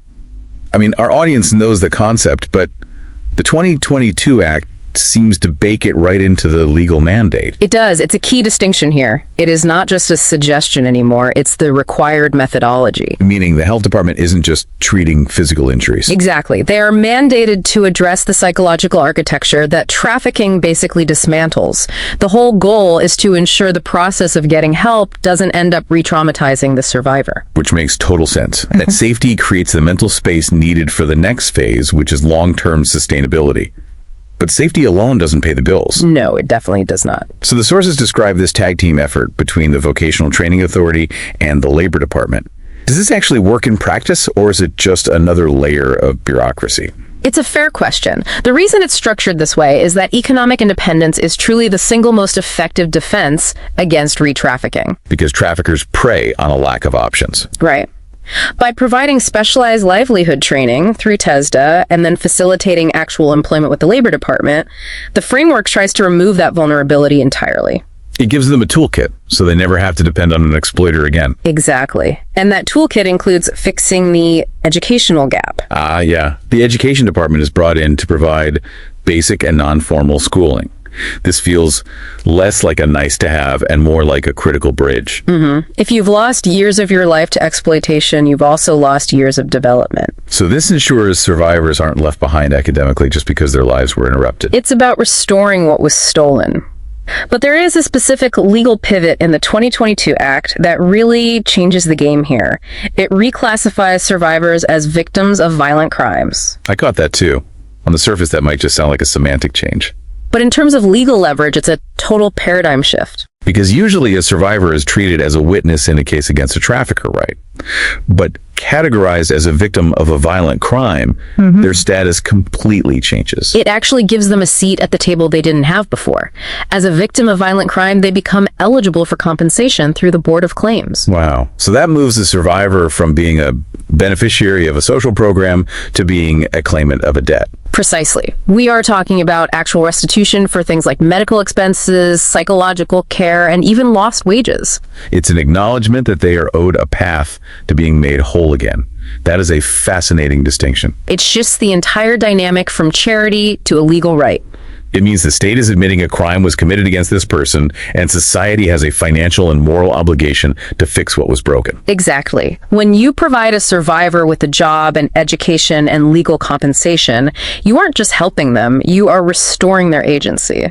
Moving the conversation away from what can we give you to what does the law owe you. It's a powerful web of support. Health, labor, education, and the legal system all moving in sync. It really is. Well, as we wrap up this exploration into the 2022 Act, I want to leave everyone with something to mull over. We often view the reintegration of survivors as an act of kindness, a social service.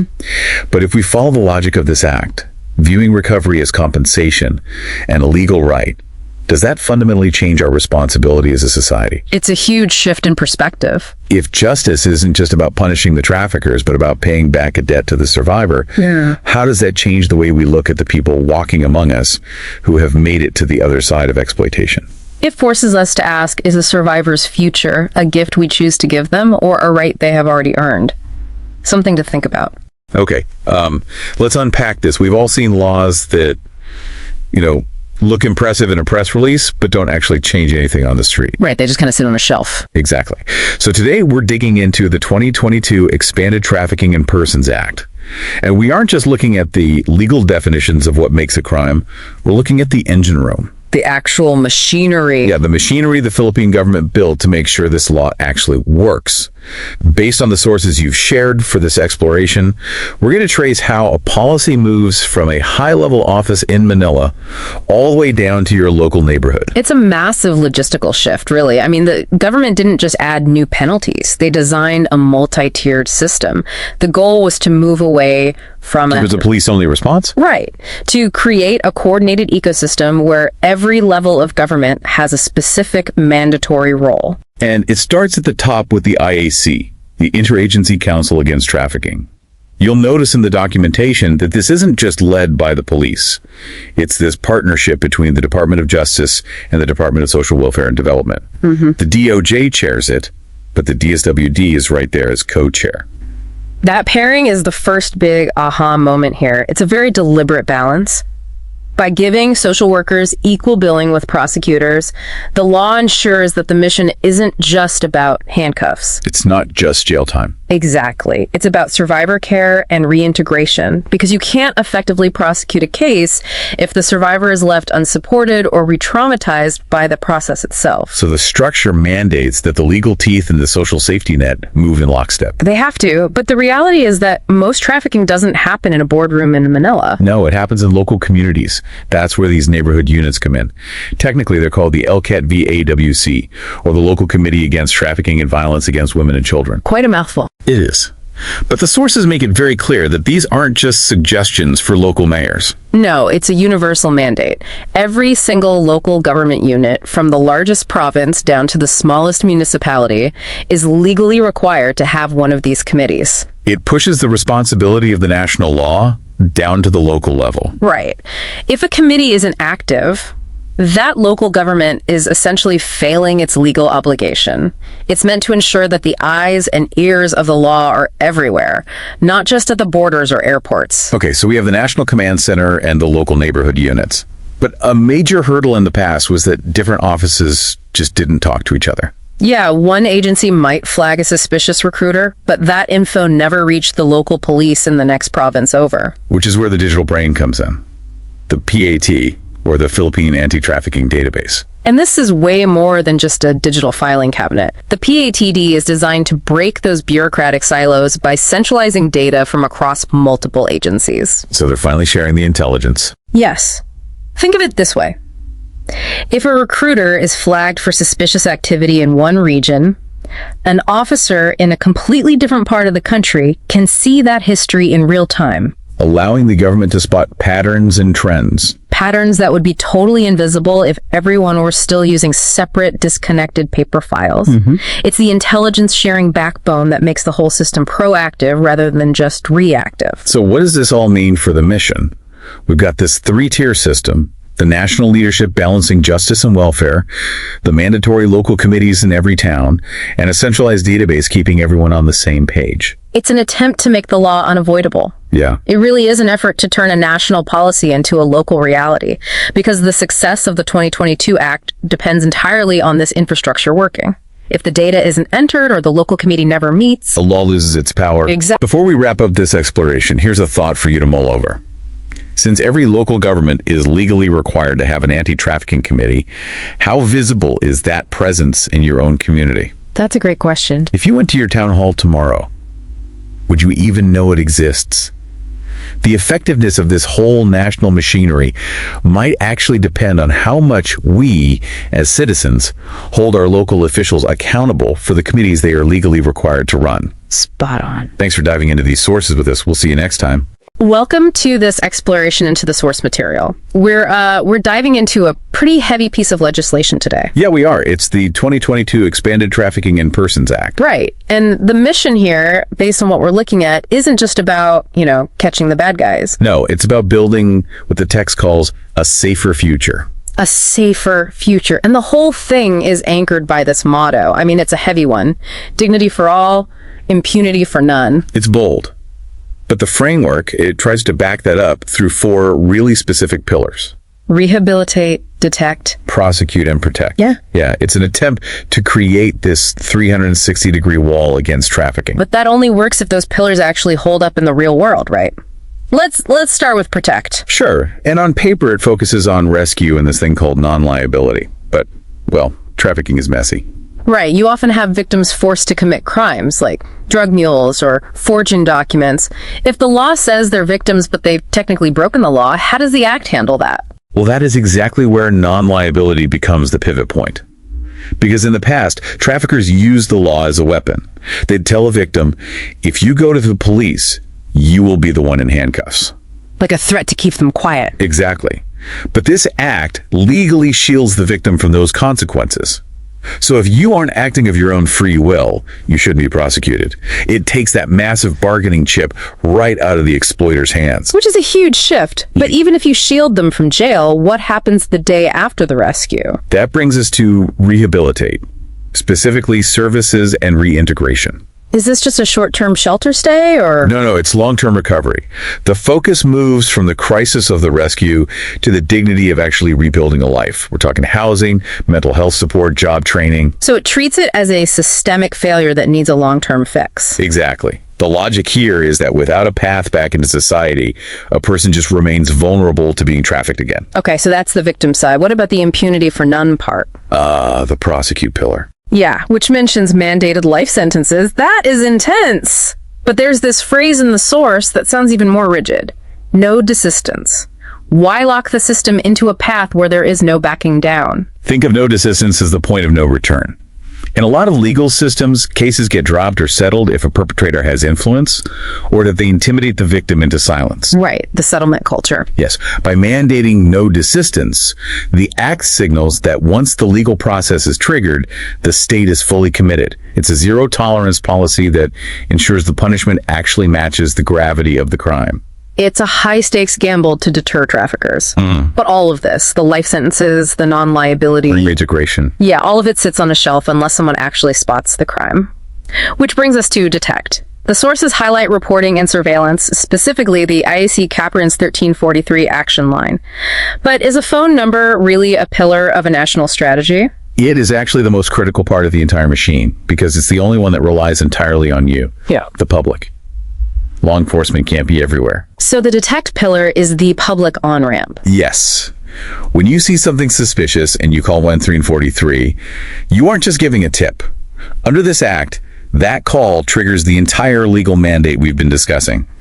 Without that community input, the rest of the wall never gets built. So the act balances the dignity of the individual with the absolute impunity of the exploiter, using everything from social services to the strictest legal consequences. It's a comprehensive attempt to bridge the gap between high-level policy and what's happening on your street corner. It breaks the cycle of fear by involving the community and legally shielding victims. Thank you for walking us through this exploration of the 2022 Act. It's a lot to think about, especially how much the system relies on regular people paying attention. Glad to do it. It really is on all of us. Before we wrap up, here's a thought for you all to mull over. If non-liability shields a victim from their forced actions, how does that fundamentally change the power dynamic during a prosecution? Could that legal shield be the actual key to finally breaking the cycle of impunity for those at the very top?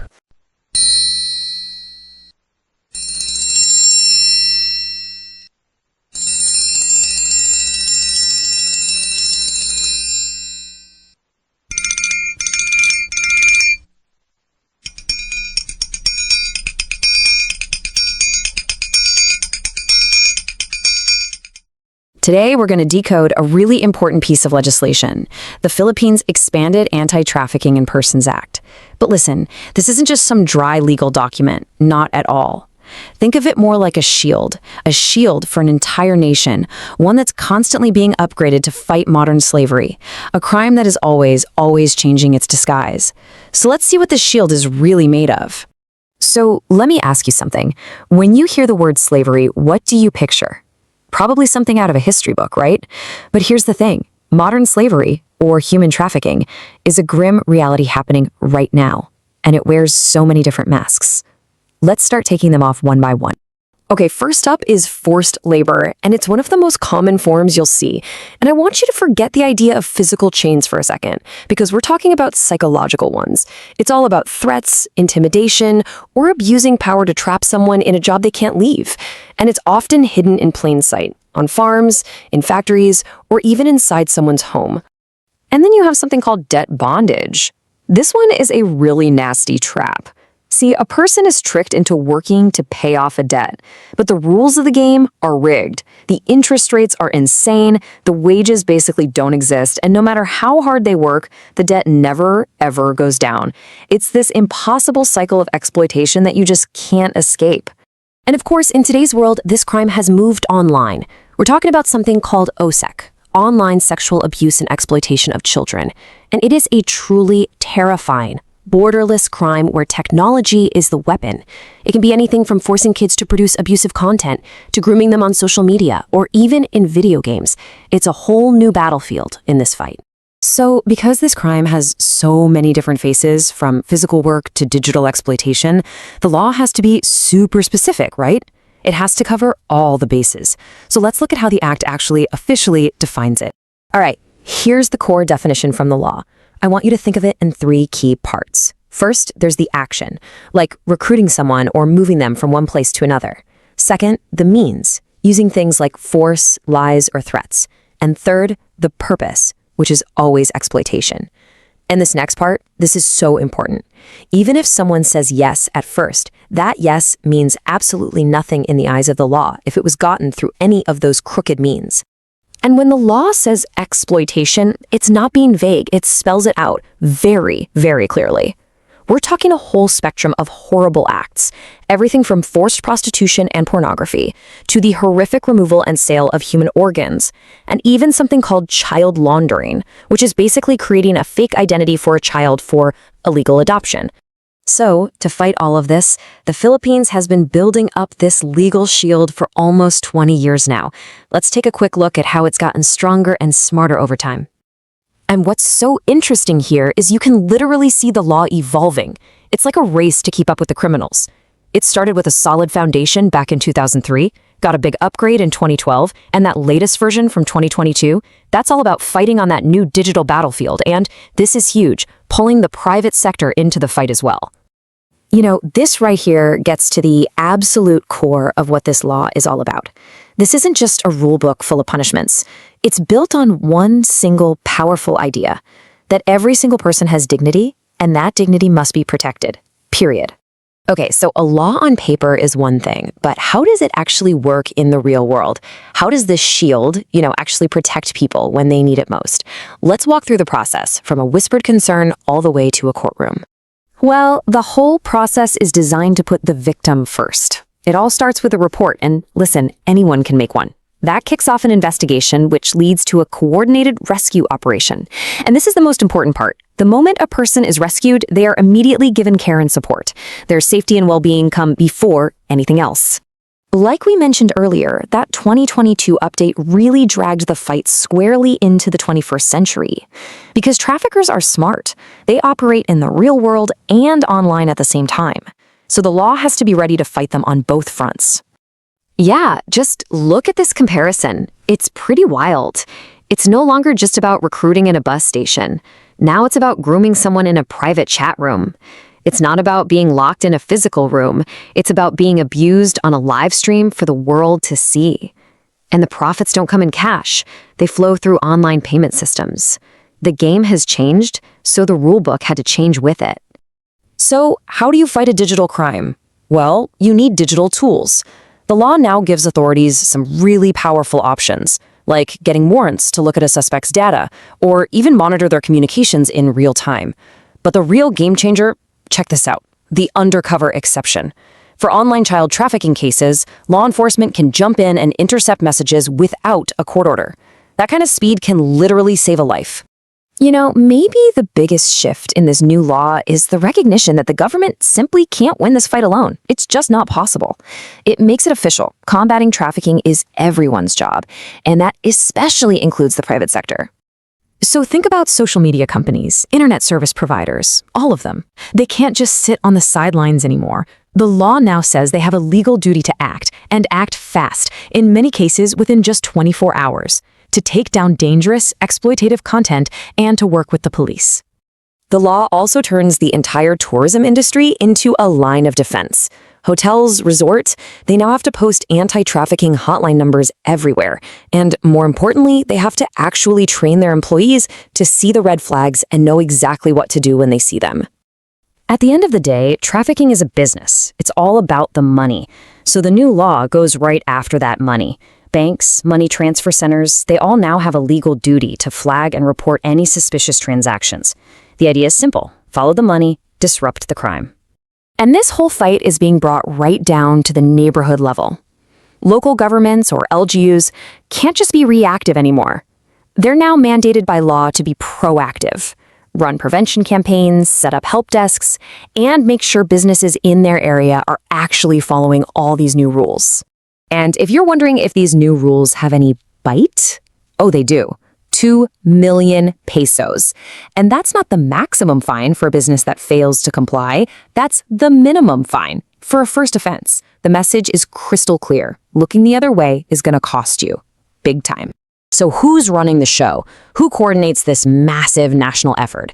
Well, that's the job of this council called the Interagency Council Against Trafficking, or ITAT. And its whole purpose is to get everyone in the same room, all the key government agencies, local leaders, and, crucially, nonprofits that represent the victims. You know, after everything we've gone through, all the rules, the penalties, the procedures, it really all boils down to this one powerful sentence from the law itself. It's a promise to protect the inherent dignity and worth of every single human being. That is the foundation for all of this. So the law gives us this incredible shield. But a shield doesn't work by itself, right? It needs someone to hold it up. It requires vigilance from law enforcement, from businesses, from all of us. Which leaves us with one last question to think about.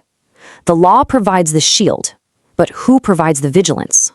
Welcome back to the Duke Dive. Thanks for having me. Yeah, so I want to start today with an image that I think we all kind of have in our heads. Okay.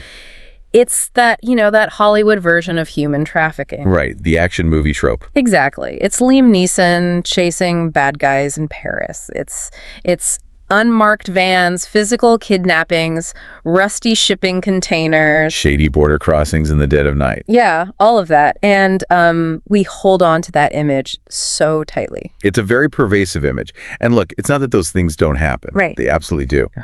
But if you hold on to that specific image, you are going to completely miss the reality of how this crime actually works in the 2020s. Because the reality today isn't just about physical backroads anymore. No, not at all. The modern trafficker doesn't need a van when they have fiber optic cables. Wow. They don't need a physical border crossing when they can just, move money through a banking app on their phone. So the crime has mutated. It has heavily mutated. It has moved into our domestic tourism industry, into our social media DMs, and deep into the financial system. And that is exactly what we are digging into today for you listening at home. We have a massive stack of documents here that basically represent the Philippines' answer to this mutation. We are looking at the 2022 Implementing Rules and Regulations. The IRR. Right, the IRR of Republic Act number 92A08. Which was recently, and I would say aggressively, amended by Republic Act number 1962. Formerly known as the Expanded Anti-Trafficking in Persons Act of 2022. And expanded really is the key word there, isn't it? Is the only word for it. It just feels like the legal system finally woke up and realized that using 20th century laws to fight 21st century crimes was just a completely losing battle. Precisely. I mean, this isn't a minor update. It's not a software patch. Right. This is a complete structural overhaul of the legal architecture. Right. We are going to look at how the Philippines is effectively deputizing the entire private sector. Which is huge. It is. They are telling internet providers, you are now responsible for the content on your pipes. And they're telling banks, you are now responsible for spotting the money laundering. Exactly. And they're giving law enforcement some surveillance powers that are, frankly, they're startling in their scope. We're talking about warrantless wiretaps in very specific situations. Yeah. And the ability to freeze assets before the suspect even knows they are under investigation. It is a massive dragnet. And our mission today is to walk you through this labyrinth. So we need to understand the new definitions, the digital crackdown, the financial forensics. And obviously the privacy implications of all this. So let's just start at ground zero. Let's look at the definition of the crime itself. Because I think for a really long time, the legal definition was very much tied to that physical movement of people we talked about. Right. But reading through Section 1 of these new rules, the net just seems so much wider now. It absolutely is. The core definition of trafficking in persons, or TIPI, as you'll see it abbreviated, it still includes the basics. Recruitment, transportation, harboring. Right. Those are still there. But the law is now laser focused on the purpose. It's about the exploitation. And they get very, very specific about what exploitation actually means. They do. It lists the horrific standards we're sadly used to hearing about. Prostitution, forced labor, slavery, involuntary servitude, debt bondage. Organ trafficking. Yes, the removal or sale of organs. But there are two really critical new additions in this expanded law that signal exactly where the fight is moving today. Okay, let's get into those. The first one is something called child laundering. I have to say, when I first read that phrase in the source documents child laundering, it honestly stopped me cold. It's a jarring phrase. It's such a clinical financial term, but it's being applied to a human being, a child. It is deeply chilling, but from a legal standpoint, it's a completely accurate description of the mechanism. Unpack that a bit. Well, think about regular money laundering. What is the goal there? You're taking dirty money, illicit money, and running it through a legitimate system to make it look clean. Exactly. You give it a fake history. So child laundering is doing the exact same thing, but with a child's identity. That is exactly it. The law defines it as the crime of selling or stealing a child to adopting parents under false pretenses. Oh, wow. But the actual laundering part, that happens in the paperwork. It involves schemes where traffickers manipulate a child's origins. Can you give me a hypothetical example of how that works mechanically, just so we can picture it? Sure. Imagine a child is trafficked from a very rural area. Now, to sell that child into an adoption system. And this could be to a completely well-meaning family, right? Absolutely. The family might think they are doing a wonderful, legitimate thing. But to get the child to them, the trafficker needs to completely sever the child from their real past. Right. So they might falsify a birth certificate to change the child's age or their given name. Or, and this is a very common tactic, they might legally declare the child a foundling. A foundling meaning an abandoned child with no known parents or relatives. Right. If you can bribe a corrupt official or forge a document stating this child was, found in a basket on the steps of a church. You've effectively erased their biological family. You've wiped the slate clean.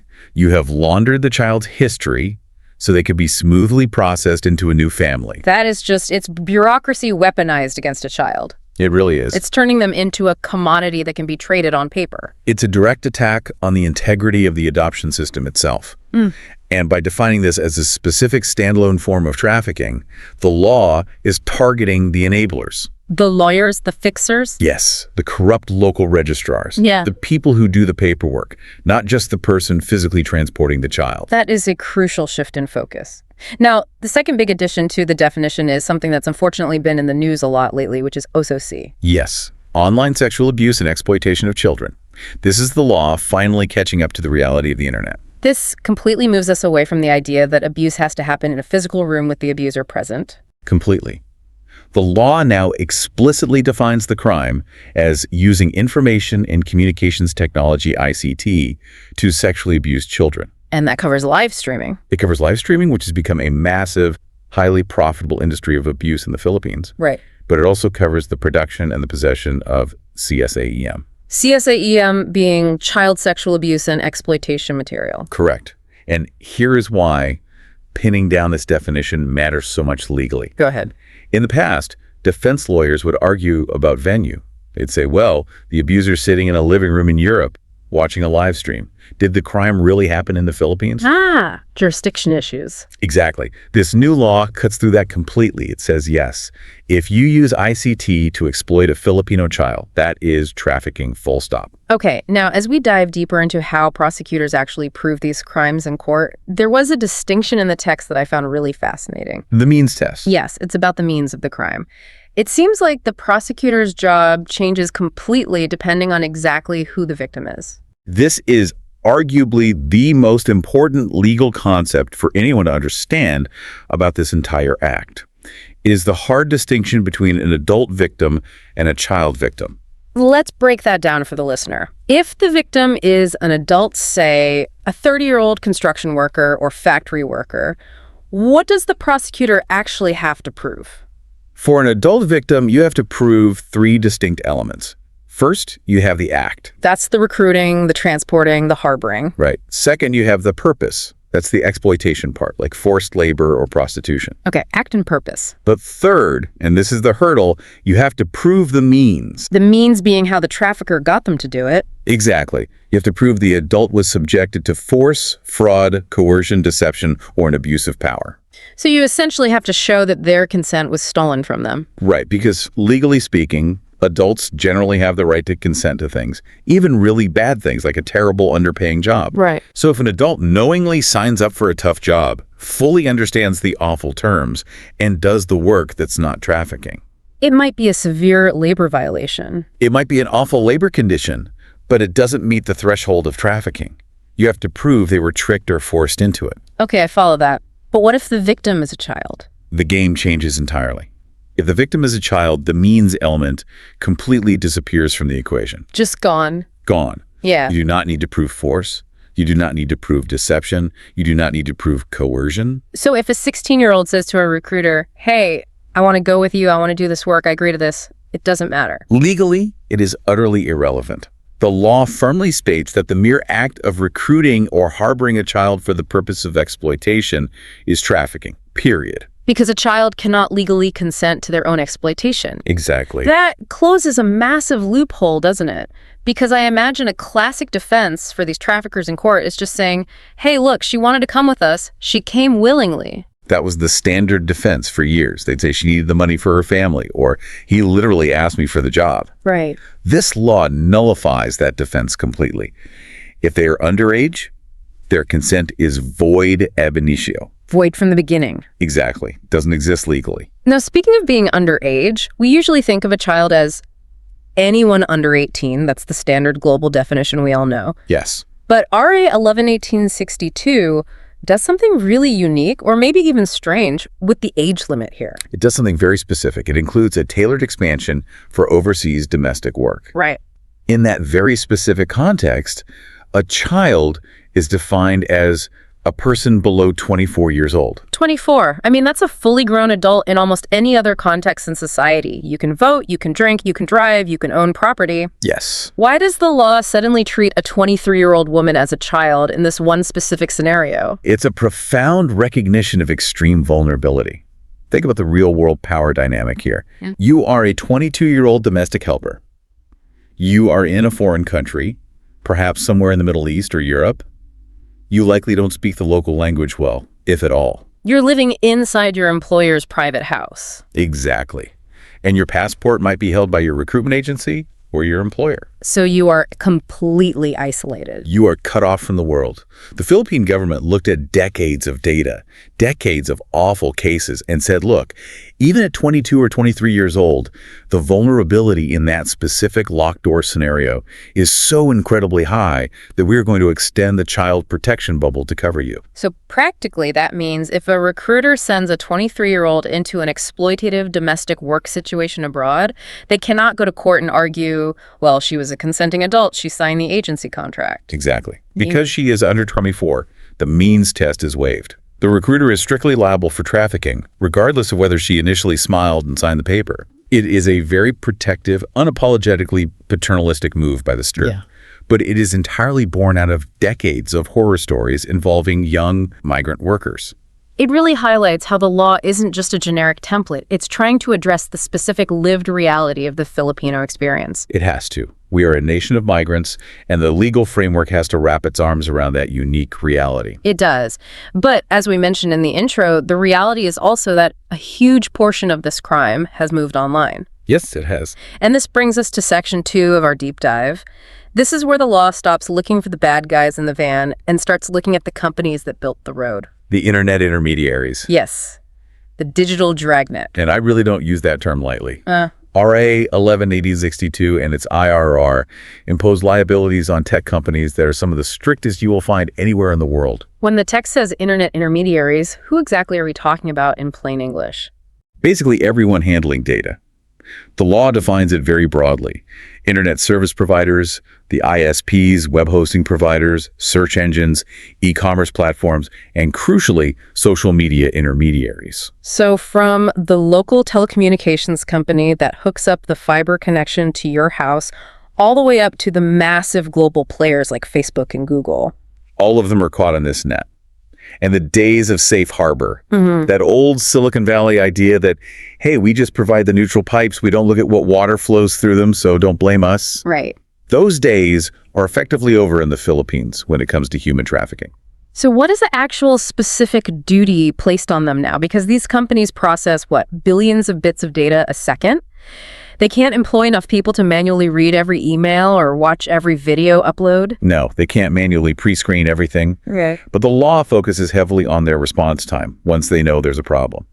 The most striking provision here is the blocking and takedown rule. How fast do they actually have to move? If they receive a formal notice from the authorities, that could be the DOJ, the PNP, the NBI, or the DICT, stating that specific content on their platform contains TIP or CSAEM, they have exactly 24 hours to block access to it or take it down entirely. Wait, 24 hours? Yes. Have you ever tried to get a customer service response from a giant tech company? It's nearly impossible. Right. It takes 24 hours just to get an automated do not reply email back. That time frame seems incredibly, almost impossibly tight for a massive bureaucracy. It is blistering speed in the corporate tech world. Usually, a government takedown request goes to a legal team. They review it. They debate their terms of service. They worry about free speech implications. They kick it up the chain of command. Exactly. That process usually takes weeks. This law says, no, we don't care about your internal process. You have one single day. And if they miss that 24-hour deadline? They are legally liable. And we'll get to the massive penalties in a moment. But there is another very tricky layer to this. What is? It's not just about hitting the delete button on the content.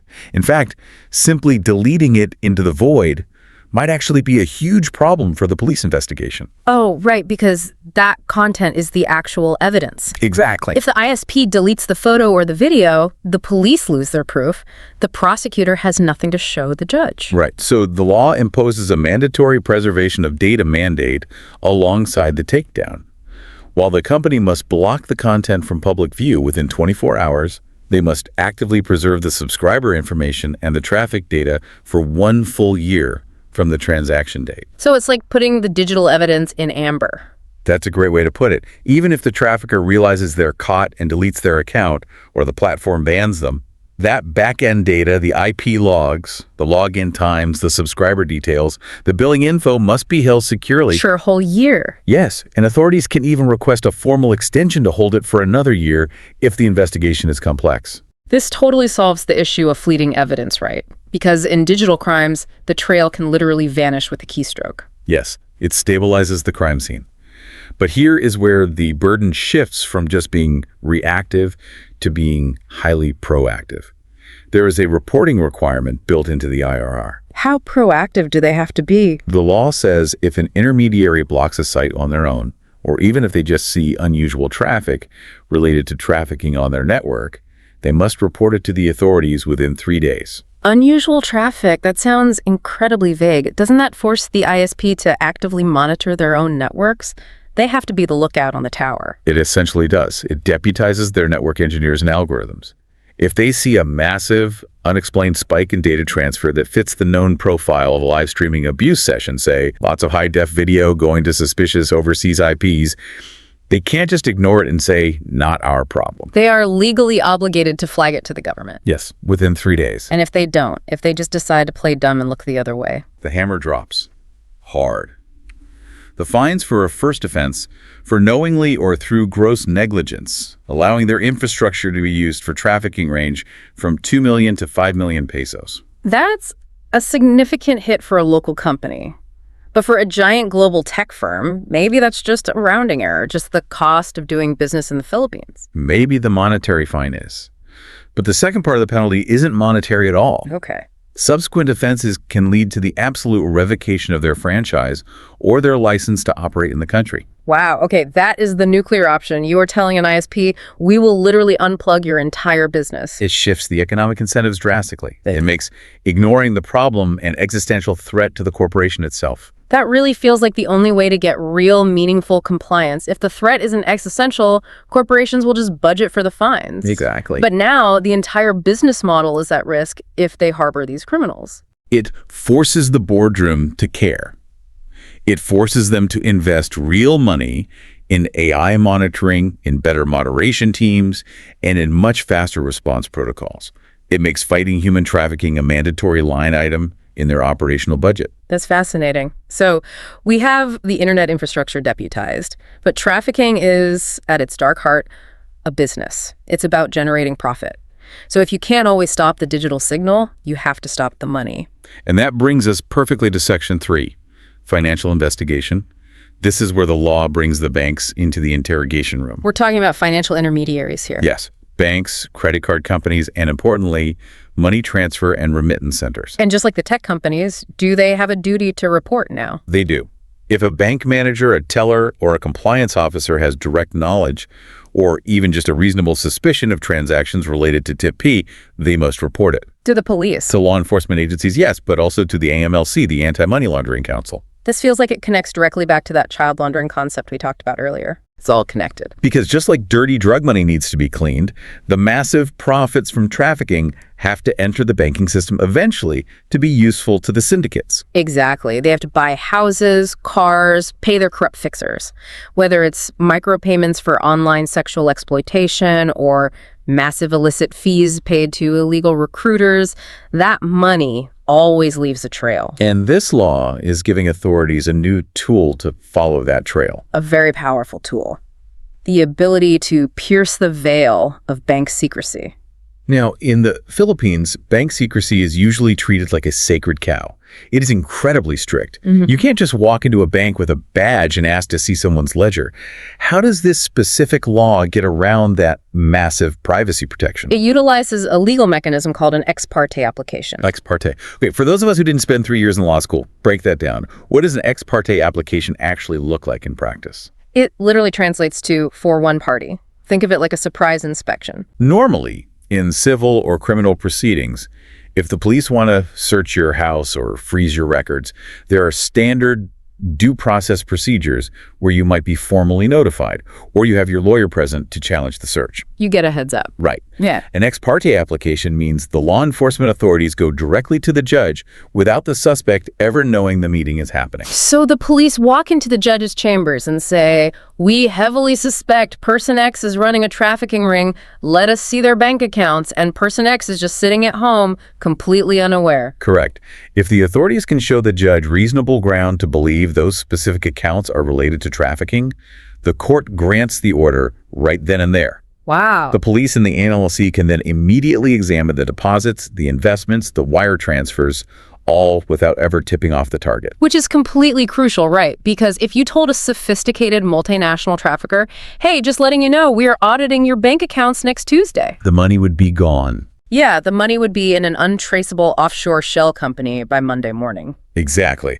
The element of total surprise is really the only way to effectively catch the digital financial flows before they vanish. And speaking of those flows, I noticed there is a very practical, almost low-tech requirement here, specifically for money transfer centers. You mean the ID requirement? Yes. It seems so basic, but it's listed right there as a vital new rule. Money transfer centers must now require valid government IDs for all transactions. This is specifically to stop the anonymous cash transfers, isn't it? Yes. For a very long time, you could walk into a remittance center and send money using fake names, aliases, or just with very loose, unverified paperwork. Right. This law demands a strict paper trail.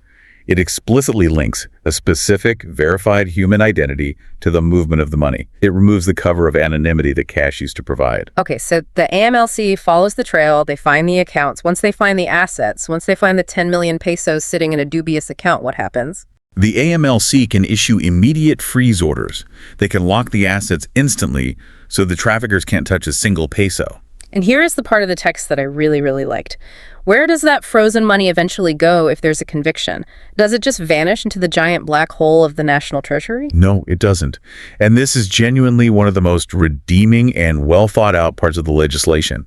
The confiscated assets and the fines paid by these intermediaries, they all go into a specific trust fund. Managed by who? Managed by the IACAT, the Interagency Council Against Trafficking. So the bad guy's money is literally used to pay for the good guy's work. Specifically, it is earmarked to finance rehabilitation and protection programs for the victims. It pays for the secure shelters, the specialized medical care, the psychological counseling, the legal assistance they need for the trials. That is just incredible poetic justice. It really is. Using the profits of the exploitation to physically heal the victims of that exact same exploitation. It creates a much-needed, self-sustaining financial mechanism. Providing long-term victim support is incredibly expensive, and government budgets are always tight. Always. This ensures that as the government catches more traffickers and seizes more assets, they inherently have more resources to help the survivors recover. I love that. Okay, so we've covered the digital pipes and the banking vaults. Now we really need to talk about the eyes and ears on the ground, or I guess the ears in the cloud. Right. Section 4 deals with enhanced law enforcement powers, specifically surveillance. This is the section that usually makes civil liberties advocates very nervous, and honestly for very good reason. We are talking about the interception of communications. Wiretapping. Wiretapping. But they can't just listen to anyone they want, right? There have to be guardrails. There are strict guardrails for the general rule. To wiretap a suspect, law enforcement needs a very specific document called a warrant to intercept computer data, or WICD. And getting a WICD isn't easy. It shouldn't be easy. They have to apply to the court, again, ex parte, and they have to explicitly prove two things to the judge. First, that the intercepted evidence is absolutely essential to making the case. Okay. And second, that no other means of gathering that evidence are readily available. So it's truly a tool of last resort. You can't just wiretap someone because it's easier or because you're lazy. You have to prove you tried or at least considered everything else. Correct. And the order is temporally limited. It's effective for up to 30 days, though they can ask for an extension. However, here we go. and this is the BUT in giant, bold neon letters in the text. There's a massive exception to this general rule. I literally circled this in red pen when I was reading the brief. The child trafficking exception. This is the part that listeners really need to pay close attention to. The text explicitly states that if the suspected victim is a child and the offense involves digital platforms. Like chat rooms or social media. Right. In that specific scenario, no court order is required for an undercover officer to intercept or record communications with the suspect. Wait. I want to make sure I'm fully understanding the magnitude of this. Go ahead. If a police officer is sitting at a desk online, working undercover, posing as a minor or maybe posing as a buyer of CSAEM, and they are chatting with a suspected trafficker about a child, they do not need a judge's permission to hit record on that chat. That is exactly correct. Officers acting undercover who record communications in these specific circumstances are explicitly exempted from the strict penalties of the anti-wiretapping law, which is RA 4200. That is a staggering amount of power. It basically says to the criminal, if you are targeting kids online, you have zero expectation of privacy from undercover cops. Zero. And it reflects the sheer terrifying urgency of the digital crime scene. Think about the difference. In a physical stakeout of a warehouse, you might sit in a car and watch the building for days or weeks to gather evidence. In an encrypted online chat room, a child can be actively victimized, the horrific images shared globally, and the entire digital trail deleted in a matter of minutes. So the underlying logic here is pure speed. Yes. If the undercover cop has to pause the chat, log off, draft an affidavit, go to the courthouse, and find a judge to sign a warrant. The crime happens while they're sitting in the hallway waiting. Exactly. The evidence is gone and the child is abused. But this power, it has to come with strict post-operation rules, right? They can't just keep these highly sensitive recordings on a random USB drive in their pocket. Absolutely not. The rules on handling are rigid. Let's talk about digital evidence custody. Because digital data is notoriously easy to manipulate, how do we know the cop didn't selectively edit the chat log to frame someone? The law accounts for that. Yeah. The intercepted data must be submitted to the court in a sealed envelope within 48 hours of the operation or the order's expiration. Sealed, like a physical manila envelope sealed with wax. Yes. Or a digitally encrypted and cryptographically sealed file. The point is, it leaves police hands and goes into the court's neutral custody almost immediately. Within 48 hours. Right. And here's the real kicker for due process. The contents of that sealed envelope cannot be divulged, copied, or used as evidence in the trial without a specific subsequent written order from the court to open the package. Ah, I see. So they can hit record instantly to capture the crime in progress and stop the abuse. Yes. But to actually use that recording in court to put the person in jail, a judge still has to review the circumstances after the fact and say, okay, this was obtained legally, open the seal. Exactly. It creates an unbroken chain of custody.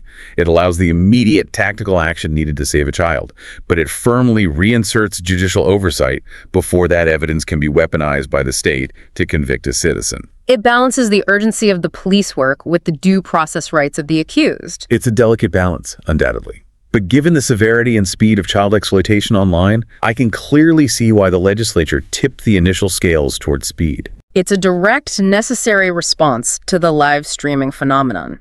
You simply cannot get a warrant fast enough to stop a live feed. You just can't. No, you can't. All right, moving on to Section 5. We're stepping out of the digital ether and coming back down to the physical world. back to brick and mortar. Right, because eventually trafficking has to happen in a physical room somewhere. It happens in a hotel, a condo, a transient house, a bus. This section imposes what we call corporate and civil responsibility. It heavily targets the hospitality and transport sectors. And I noticed there is a 48-hour rule in this section, too. Yes. The owners and operators of hotels, condominiums, transient houses, and transport services have a strict duty. They must notify the police, the PMP or MBI within 48 hours if they learn of facts or circumstances suggesting trafficking is happening on their physical premises. This effectively turns every single hotel manager and Airbnb host into a mandatory reporter. It does. You can't just throw your hands up and say, well, they paid in cash and put the do not disturb sign on the door, so what happens inside is none of my business. Ignorance is becoming a very, very difficult defense for business owners to maintain under this law. Especially with a specific legal provision the law introduces here, called a conclusive presumption. No, I love legal terms like that because they sound so incredibly definitive. Conclusive presumption. What does that actually mean for the guy running the front desk? It means the argument in court is over before it even begins. Specifically, the law says that a CSAEM child abuse material is publicly displayed or visible on the premises. The law conclusively presumes the owner knew about the violation. So you cannot stand before a judge and say, Your Honor, I swear I didn't know those posters were in the lobby, or I didn't know what was happening on my Wi-Fi network in the cafe. Exactly. If it is visible or reasonably detectable, legally you knew. The law completely removes the I didn't see it excuse. It forces property owners to actively look at what is happening inside their own buildings. That puts a massive ongoing burden on business owners to police their own property. It does. And the law actually supports that burden by mandating prevention measures. Tourism enterprises are now required by law to train their employees to recognize the signs of trafficking. Which, if you think about it, is actually incredibly important. It's vital. Because a receptionist sees things the police will never see. A housekeeper making the bed sees things. Exactly. If they are trained to know what to look for, a child looking unusually fearful, an older man checking in with a minor who clearly isn't family, multiple different people entering one specific room every hour, they are the true first line of defense. And they're also required to post signage, right? Yes. Mandatory posting of TIP-P hotline numbers in conspicuous public places, hotel lobbies, restrooms, elevators. I've actually seen those signs in some hotel elevators recently. It's interesting to know now that they are legally mandated, not just the hotel being nice. No, it's the law. And it's brilliant because it gives a potential victim a direct lifeline right in the very place where they are being isolated and exploited.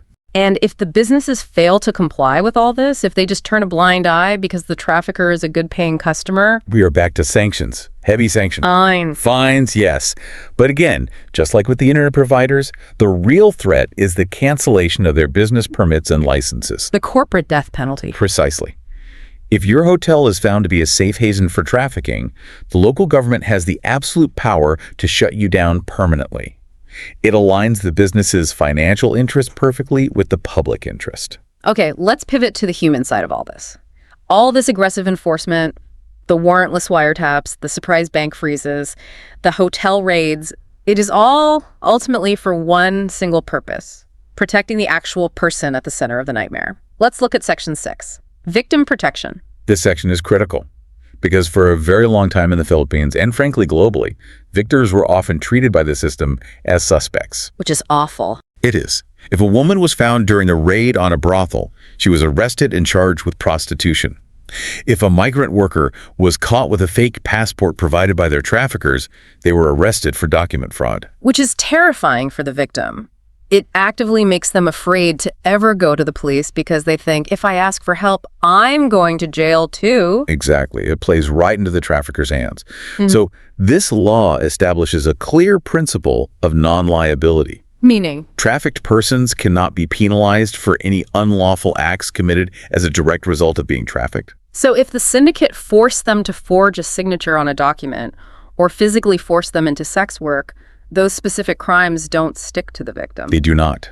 The legal system now formally recognizes that those acts were not voluntary. They were the direct fruits of the coercion and exploitation. That's a huge relief. And what about their privacy? Because being publicly labeled a trafficking victim in your hometown can carry a massive, life-ruining social stigma. The law is very strict here. There is an absolute prohibition on disclosing the name, the address, or any identifying details of the victims. The media, the police, the court staff, no one can name them publicly. That's good. And there is a specific evidentiary rule in trials that I find very progressive. What's that? In court, a victim's past sexual behavior or alleged predisposition is strictly inadmissible to prove consent. Oh, that's excellent. That prevents the defense attorney from trying to slut shame the victim on the stand, right? Exactly. From standing up and saying, oh, well, she had a history of sex work before this, so she must have agreed to be locked in this room. Right. It stops that vicious blame the victim tactic cold. It forces the court to stay entirely focused on the actual actions of the traffickers, not the personal history of the survivor. Now, we talked about the 24-year-old overseas domestic worker earlier. Yes. A huge number of Filipino trafficking victims are not physically in the Philippines.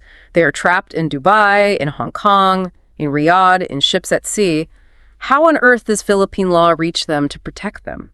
This introduces a concept called the one-country team approach. It sounds like a military or diplomatic strategy. It's heavily diplomatic. It mandates that all Filipino diplomats, labor attaches, and welfare officers stationed in a foreign country must act as a single, cohesive team under the direct leadership of the Philippine ambassador. Why is this legally necessary? Don't they all work for the same government anyway? Don't they already talk to each other? You would think so, but government bureaucracy is famous for operating in silos. The labor attaché might be working on a civil contract dispute for a worker, while the welfare officer across the hall is dealing with finding shelter for that same worker, and the police liaison is looking at the criminal aspect, and none of them are sharing information. Ah, right. This law says, no more silos. You are one unit. You share intel. And I noticed reading through this, there is a very specific, strict rule about rescue operations abroad. Yes. Philippine officials cannot conduct physical rescues abroad without notifying the ambassador first. That seems like a strange control mechanism. If someone needs saving, shouldn't they just go? It's about sovereignty and safety. You can't have rogue rescue operations in a foreign country. If a well-meaning labor attaché tries to kick down a door in a foreign capital to save a domestic worker, that can cause a massive international diplomatic incident. Oh, I see. They could get arrested by local police. Exactly. It has to be coordinated at the highest diplomatic level to ensure the safety of the victim, the safety of the officials, and the cooperation of the host country's police force. And once the victim is safely rescued, who is responsible for bringing them home? The DFA, the Department of Foreign Affairs, and the newly created DMW, the Department of Migrant Workers, are jointly responsible for the physical repatriation. And crucially, the DMW has the immense power to blacklist foreign recruiters or foreign employers. So if a specific agency in Kuwait or a factory in Singapore consistently abuses Filipino workers, the DMW can just say, you are cut off. No more Filipino workers for your company, ever. That is exactly the economic leverage the Philippines holds. We are one of the world's major sources of skilled and semi-skilled labor. Using that immense market power to enforce human rights standards globally is a key part of the strategy. Finally, let's look at the actual machinery that runs all of this. Section 7, the institutional framework. Because it's a lot of moving parts. Who is actually driving the bus here? The central nervous system for all of this is the ISKT. That's the Interagency Council Against Trafficking. It is chaired by the DOJ Secretary, the Department of Justice, and co-chaired by the DSWD Secretary, Social Welfare and Development. It seems like a massive, exhausting coordination effort. It is the textbook definition of a whole-of-government approach. Yeah. You have the DSWD handling the human side recovery, rehab, shelters. Right. You have the DFA handling the international diplomatic and legal side. You have the DICT, the tech department handling the policies for intermediaries and the blocking technology. You have the DMW looking after the millions of OFWs. And what about the local level, the local government units, the LGUs?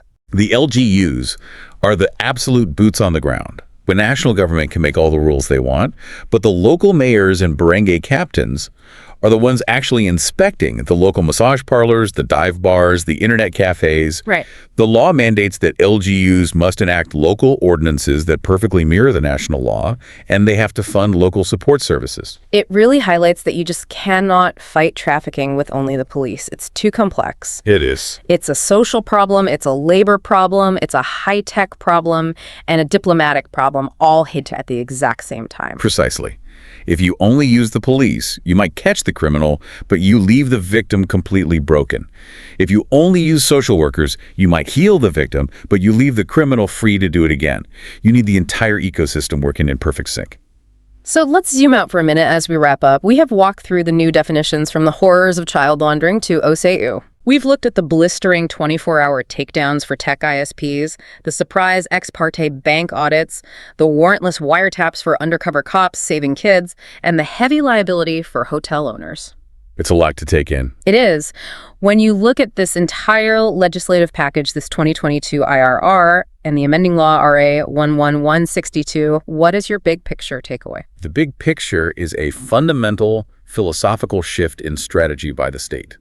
We are officially moving from a reactive stance to a proactive stance. And more importantly, we are moving from targeting the physical act of trafficking to targeting the infrastructure that makes trafficking possible. Unpack that distinction for me just a bit more. Targeting the infrastructure. Sure. The old laws were mostly about catching the bad guy in the act of doing the bad thing.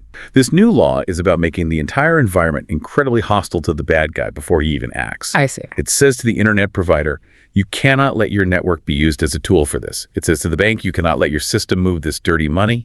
It says to the hotel, you cannot let your physical rooms be used as a venue for this. It's systematically denying the traffickers the tools of their trade.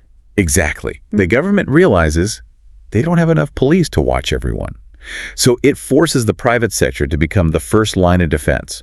It literally deputizes the hotel clerk, the bank teller, and the network engineer. But, I mean, that creates a society-wide surveillance system in a way, doesn't it? It undeniably does. And honestly, that is the provocative thought I want to leave with our listeners today. Go ahead. The law places a massive, heavy burden of knowing on everyone in business. We talked about that conclusive presumption rule. If it's happening on your watch, if it's on your Wi-Fi, if it's in your lobby, you are legally presumed to know. Ignorance is no longer defense in court. It isn't. And that fundamentally reshapes how business is done in the country. Right. It forces extreme vigilance. But we have to ask. It also raises profound questions about privacy and our growing surveillance culture. Right. If every financial transaction is heavily watched, if every chat log is monitored by algorithms for unusual traffic, if every hotel clerk is watching you, are we truly safer? The law clearly bets that we are. Yes, it bets that the safety of the absolute most vulnerable people in our society, the children, the isolated migrants, is fundamentally worth the cost of that constant vigilance. That is the trade-off. And looking at the sheer terrifying scale of modern digital trafficking we've discussed today, it is a trade-off the Philippines has firmly decided to make. That is exactly the choice they've made. It is a bold, aggressive experiment in justice. And it's one that we will all have to watch very closely as these rules play out in the real courts and the real world over the next few years. Indeed. Because implementing the rules is always just as hard, if not harder, than writing them on paper. Without a doubt. Well, that is all the time we have for this deep dive today. We really hope this gave you a much clearer, much deeper understanding of how the Philippines is aggressively updating its legal toolkit to fight human trafficking. It's a complex topic. It's very heavy, but it's absolutely vital. It is. Thanks for joining me today and breaking this down. Thanks for having me. It's an important conversation to have. Absolutely. And thanks to all of you for listening. Stay curious, stay informed on these critical issues, and we'll see you on the next deep dive. Goodbye. Welcome to The Debate. When we think of slavery, the image that usually comes to mind is pretty archaic. Physical chains, locked basements, hidden compounds in remote areas. But in the Philippines, and frankly globally, the landscape of exploitation it's completely migrated. The chains are now digital footprints. The locked rooms are encrypted chat groups. Yeah, the entire paradigm has shifted. Right. And to fight this, the Philippines passed Republic Act number 11862, which is the Expanded Anti-Trafficking in Persons Act. It's a massive legislative overhaul designed to catch up to a crime that basically moves at the speed of fiber optics. It certainly is massive. And, well, that is exactly where my concern lies today. We are looking at a law that fundamentally alters the relationship between the state, the private sector, and our personal privacy. Absolutely. The central question here isn't whether trafficking is bad. I mean, we agree it's horrific. The question is, does this expanded framework represent a necessary evolution in protecting human dignity, or does it dangerously erode civil liberties and deputize private citizens into law enforcement roles they just aren't trained for. And that is the core tension we are tackling. I will be arguing that these expanded powers, specifically the digital interception capabilities and the mandates on banks and ISPs, are not only proportionate, they are the only way to stop syndicates that have completely outpaced our old laws.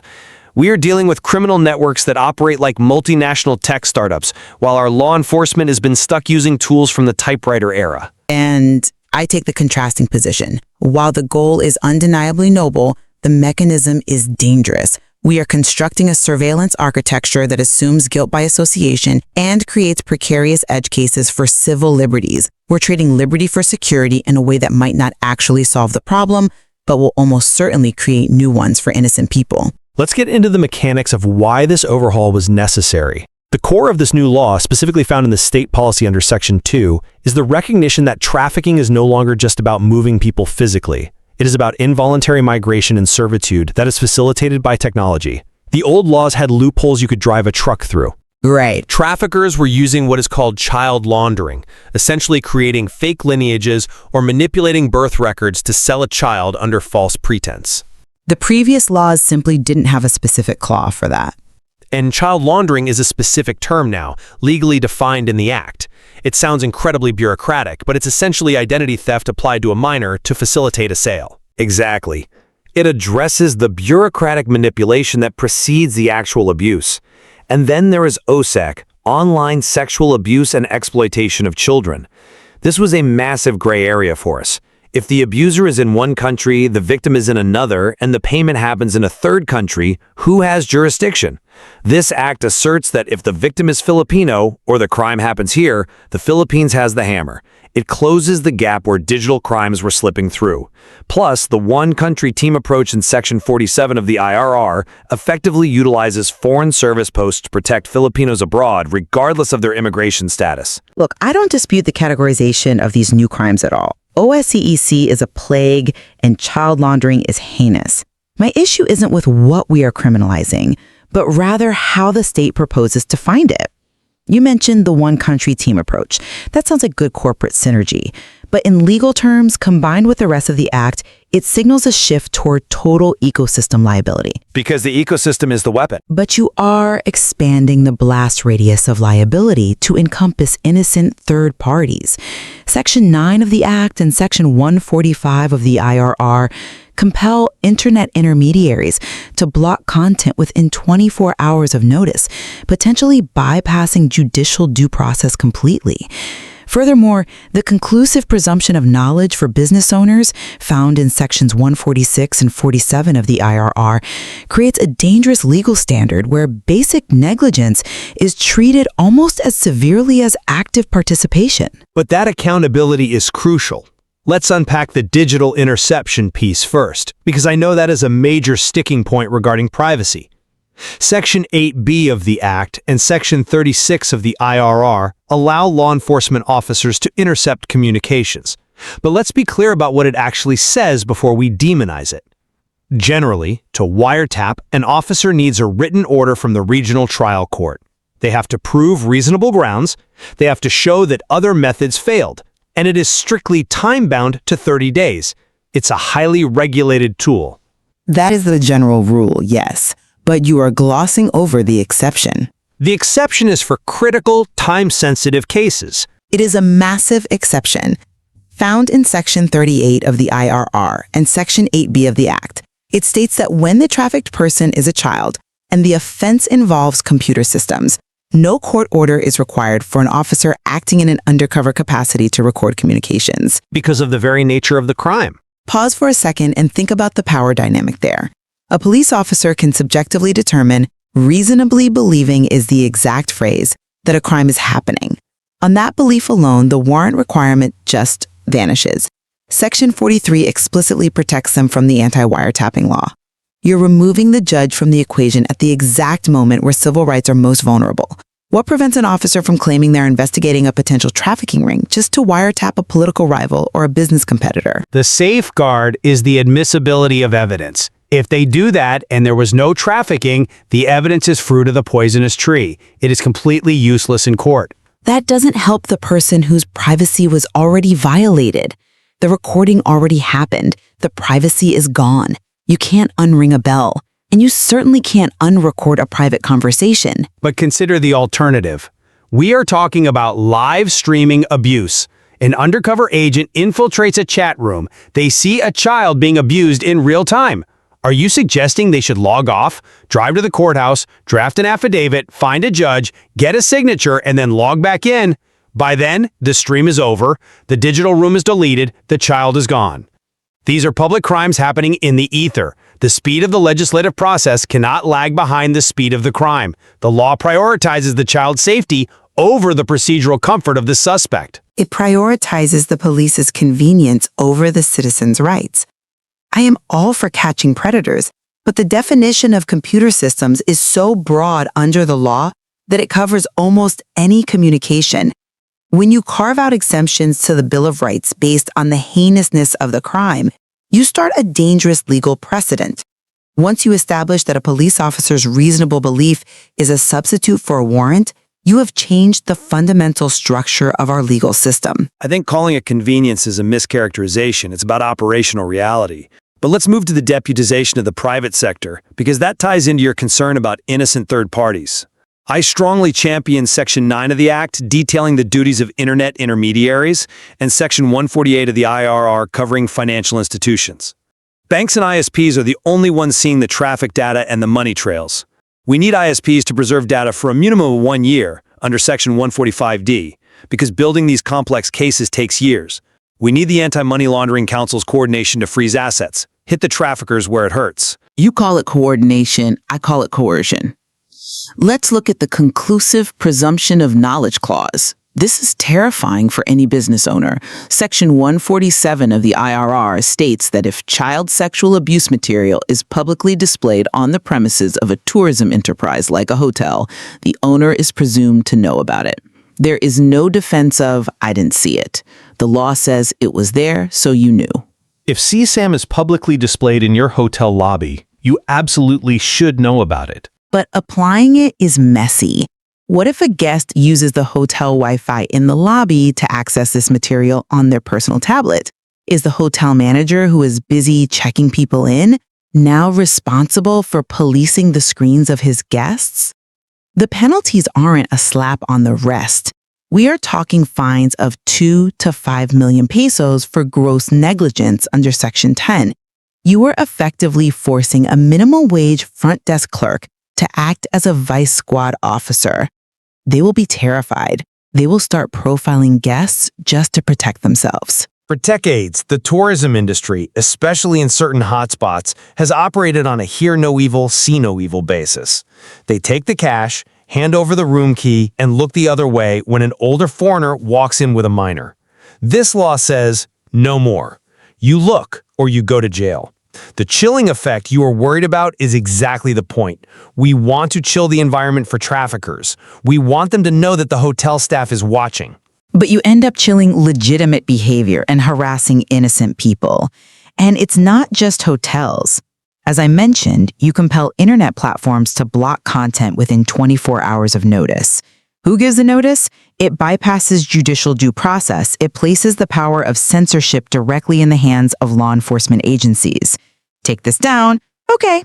No judge involved. It is an executive order for censorship. It is an executive order for interdiction. We have to stop treating digital content like it's a library book that needs a review board. When the content is a crime in progress, speed is the only thing that matters. And that philosophy of aggressive protection extends to how we define the victims themselves, which I know is your next point of contention. Yes, it is. Because speaking of broad legal strokes, let's look at how the law redefines the victims.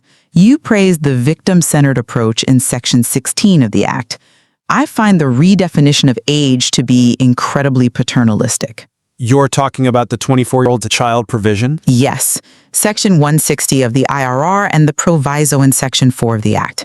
For the purpose of overseas domestic workers, a child is now defined as anyone under 24 years old. This is actually one of the most progressive and data-driven parts of the Act. We know the demographics. Domestic workers aged 18 to 23 are uniquely vulnerable. They are often first-time migrants, perhaps from rural areas with less education. They are the prime targets for debt bondage and passport confiscation.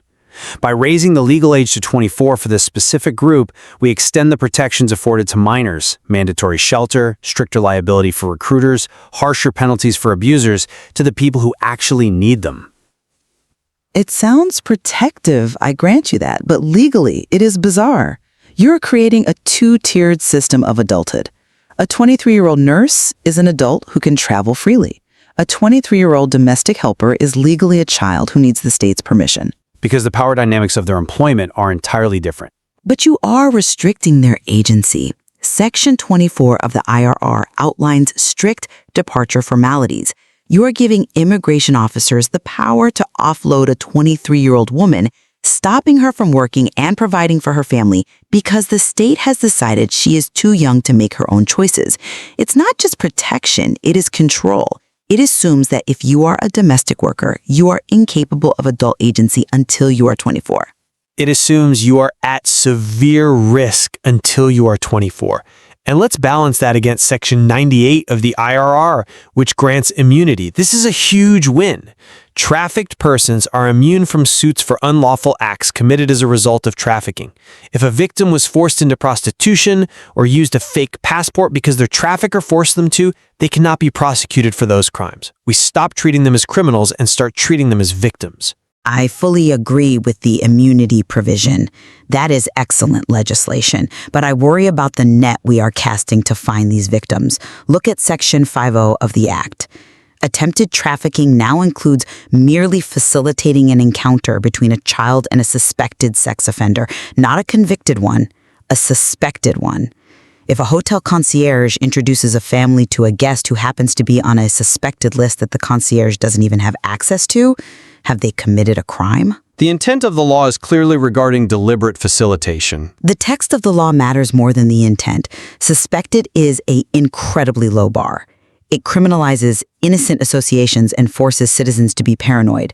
Just like Section 8A of the Act, where law enforcement can demand data from internet intermediaries without a warrant. We need to be precise here. We are talking about subscriber and information under Section 5AA. This is identity, address, billing info. We are not talking about content data. We aren't reading the emails without a warrant. We are simply asking who owns this IP address. In the digital age, that distinction is vanishing. Your IP address is a proxy for your physical location, your identity, and your habits. But if a child is being streamed, finding the physical location is the only thing that matters. Section 8A is designed for extraction. If we have to get a warrant just to find out the street address associated with an IP, we lose valuable time. But Section 145G explicitly says, notwithstanding the Cybercrime Prevention Act and Data Privacy Act, intermediaries must provide info. It overrides the protections we established for digital privacy. You are stripping away data privacy protections for investigation purposes before a crime is even proven in court. I would argue that the right to data privacy ends where the exploitation of a human being begins. If you are using your internet connection to sell a human being, you have forfeited your right to anonymity. That relies on the premise that the police are always right about who is selling whom. When you allow warrantless access to data based on a police officer's request, you are trusting the institution implicitly. And as we know, institutions are fallible. Institutions are fallible, but inaction is fatal. The Act tries to balance this. There are strict penalties for LEOs who misuse this data. Section 39 mandates strict turnover of intercepted materials to the Cork. Section 44 ensures confidentiality. The checks are built into the system. If we stick to the strict, warrant-heavy, privacy-first model of the early 2000s, the traffickers simply win. And my argument is that you are handing the state a bazooka to kill a fly, and you might blow up the house in the process. We have definitely covered a vast amount of ground here. RA 11862 fundamentally changes the landscape. It does. To summarize my position, while this act is a powerful weapon against a heinous crime, it constructs a surveillance-adjacent apparatus that should worry us. The blurring of lines between police work and private business responsibilities, turning ISPs and hotel owners into deputies, is efficient perhaps, but dangerous.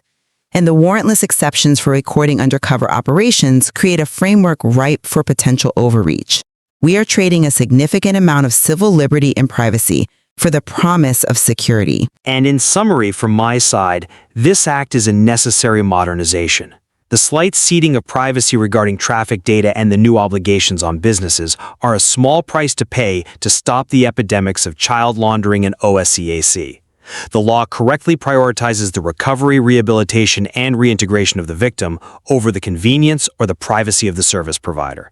We simply cannot fight 21st century slavery with 20th century tools. It seems we agree on the severity of the problem, but fundamentally disagree on the cost of the solution. As it should be. We are moving from reactive rescue, kicking down doors after the fact, to proactive, data-driven interdiction. Whether that shift protects our dignity or erodes our liberty is something that will play out in the courts and likely in the lives of ordinary people in the coming years. Thank you for joining us for this discussion. There's certainly much more to explore in the expanded legal framework. Keep questioning, and we'll see you next time on The Debate.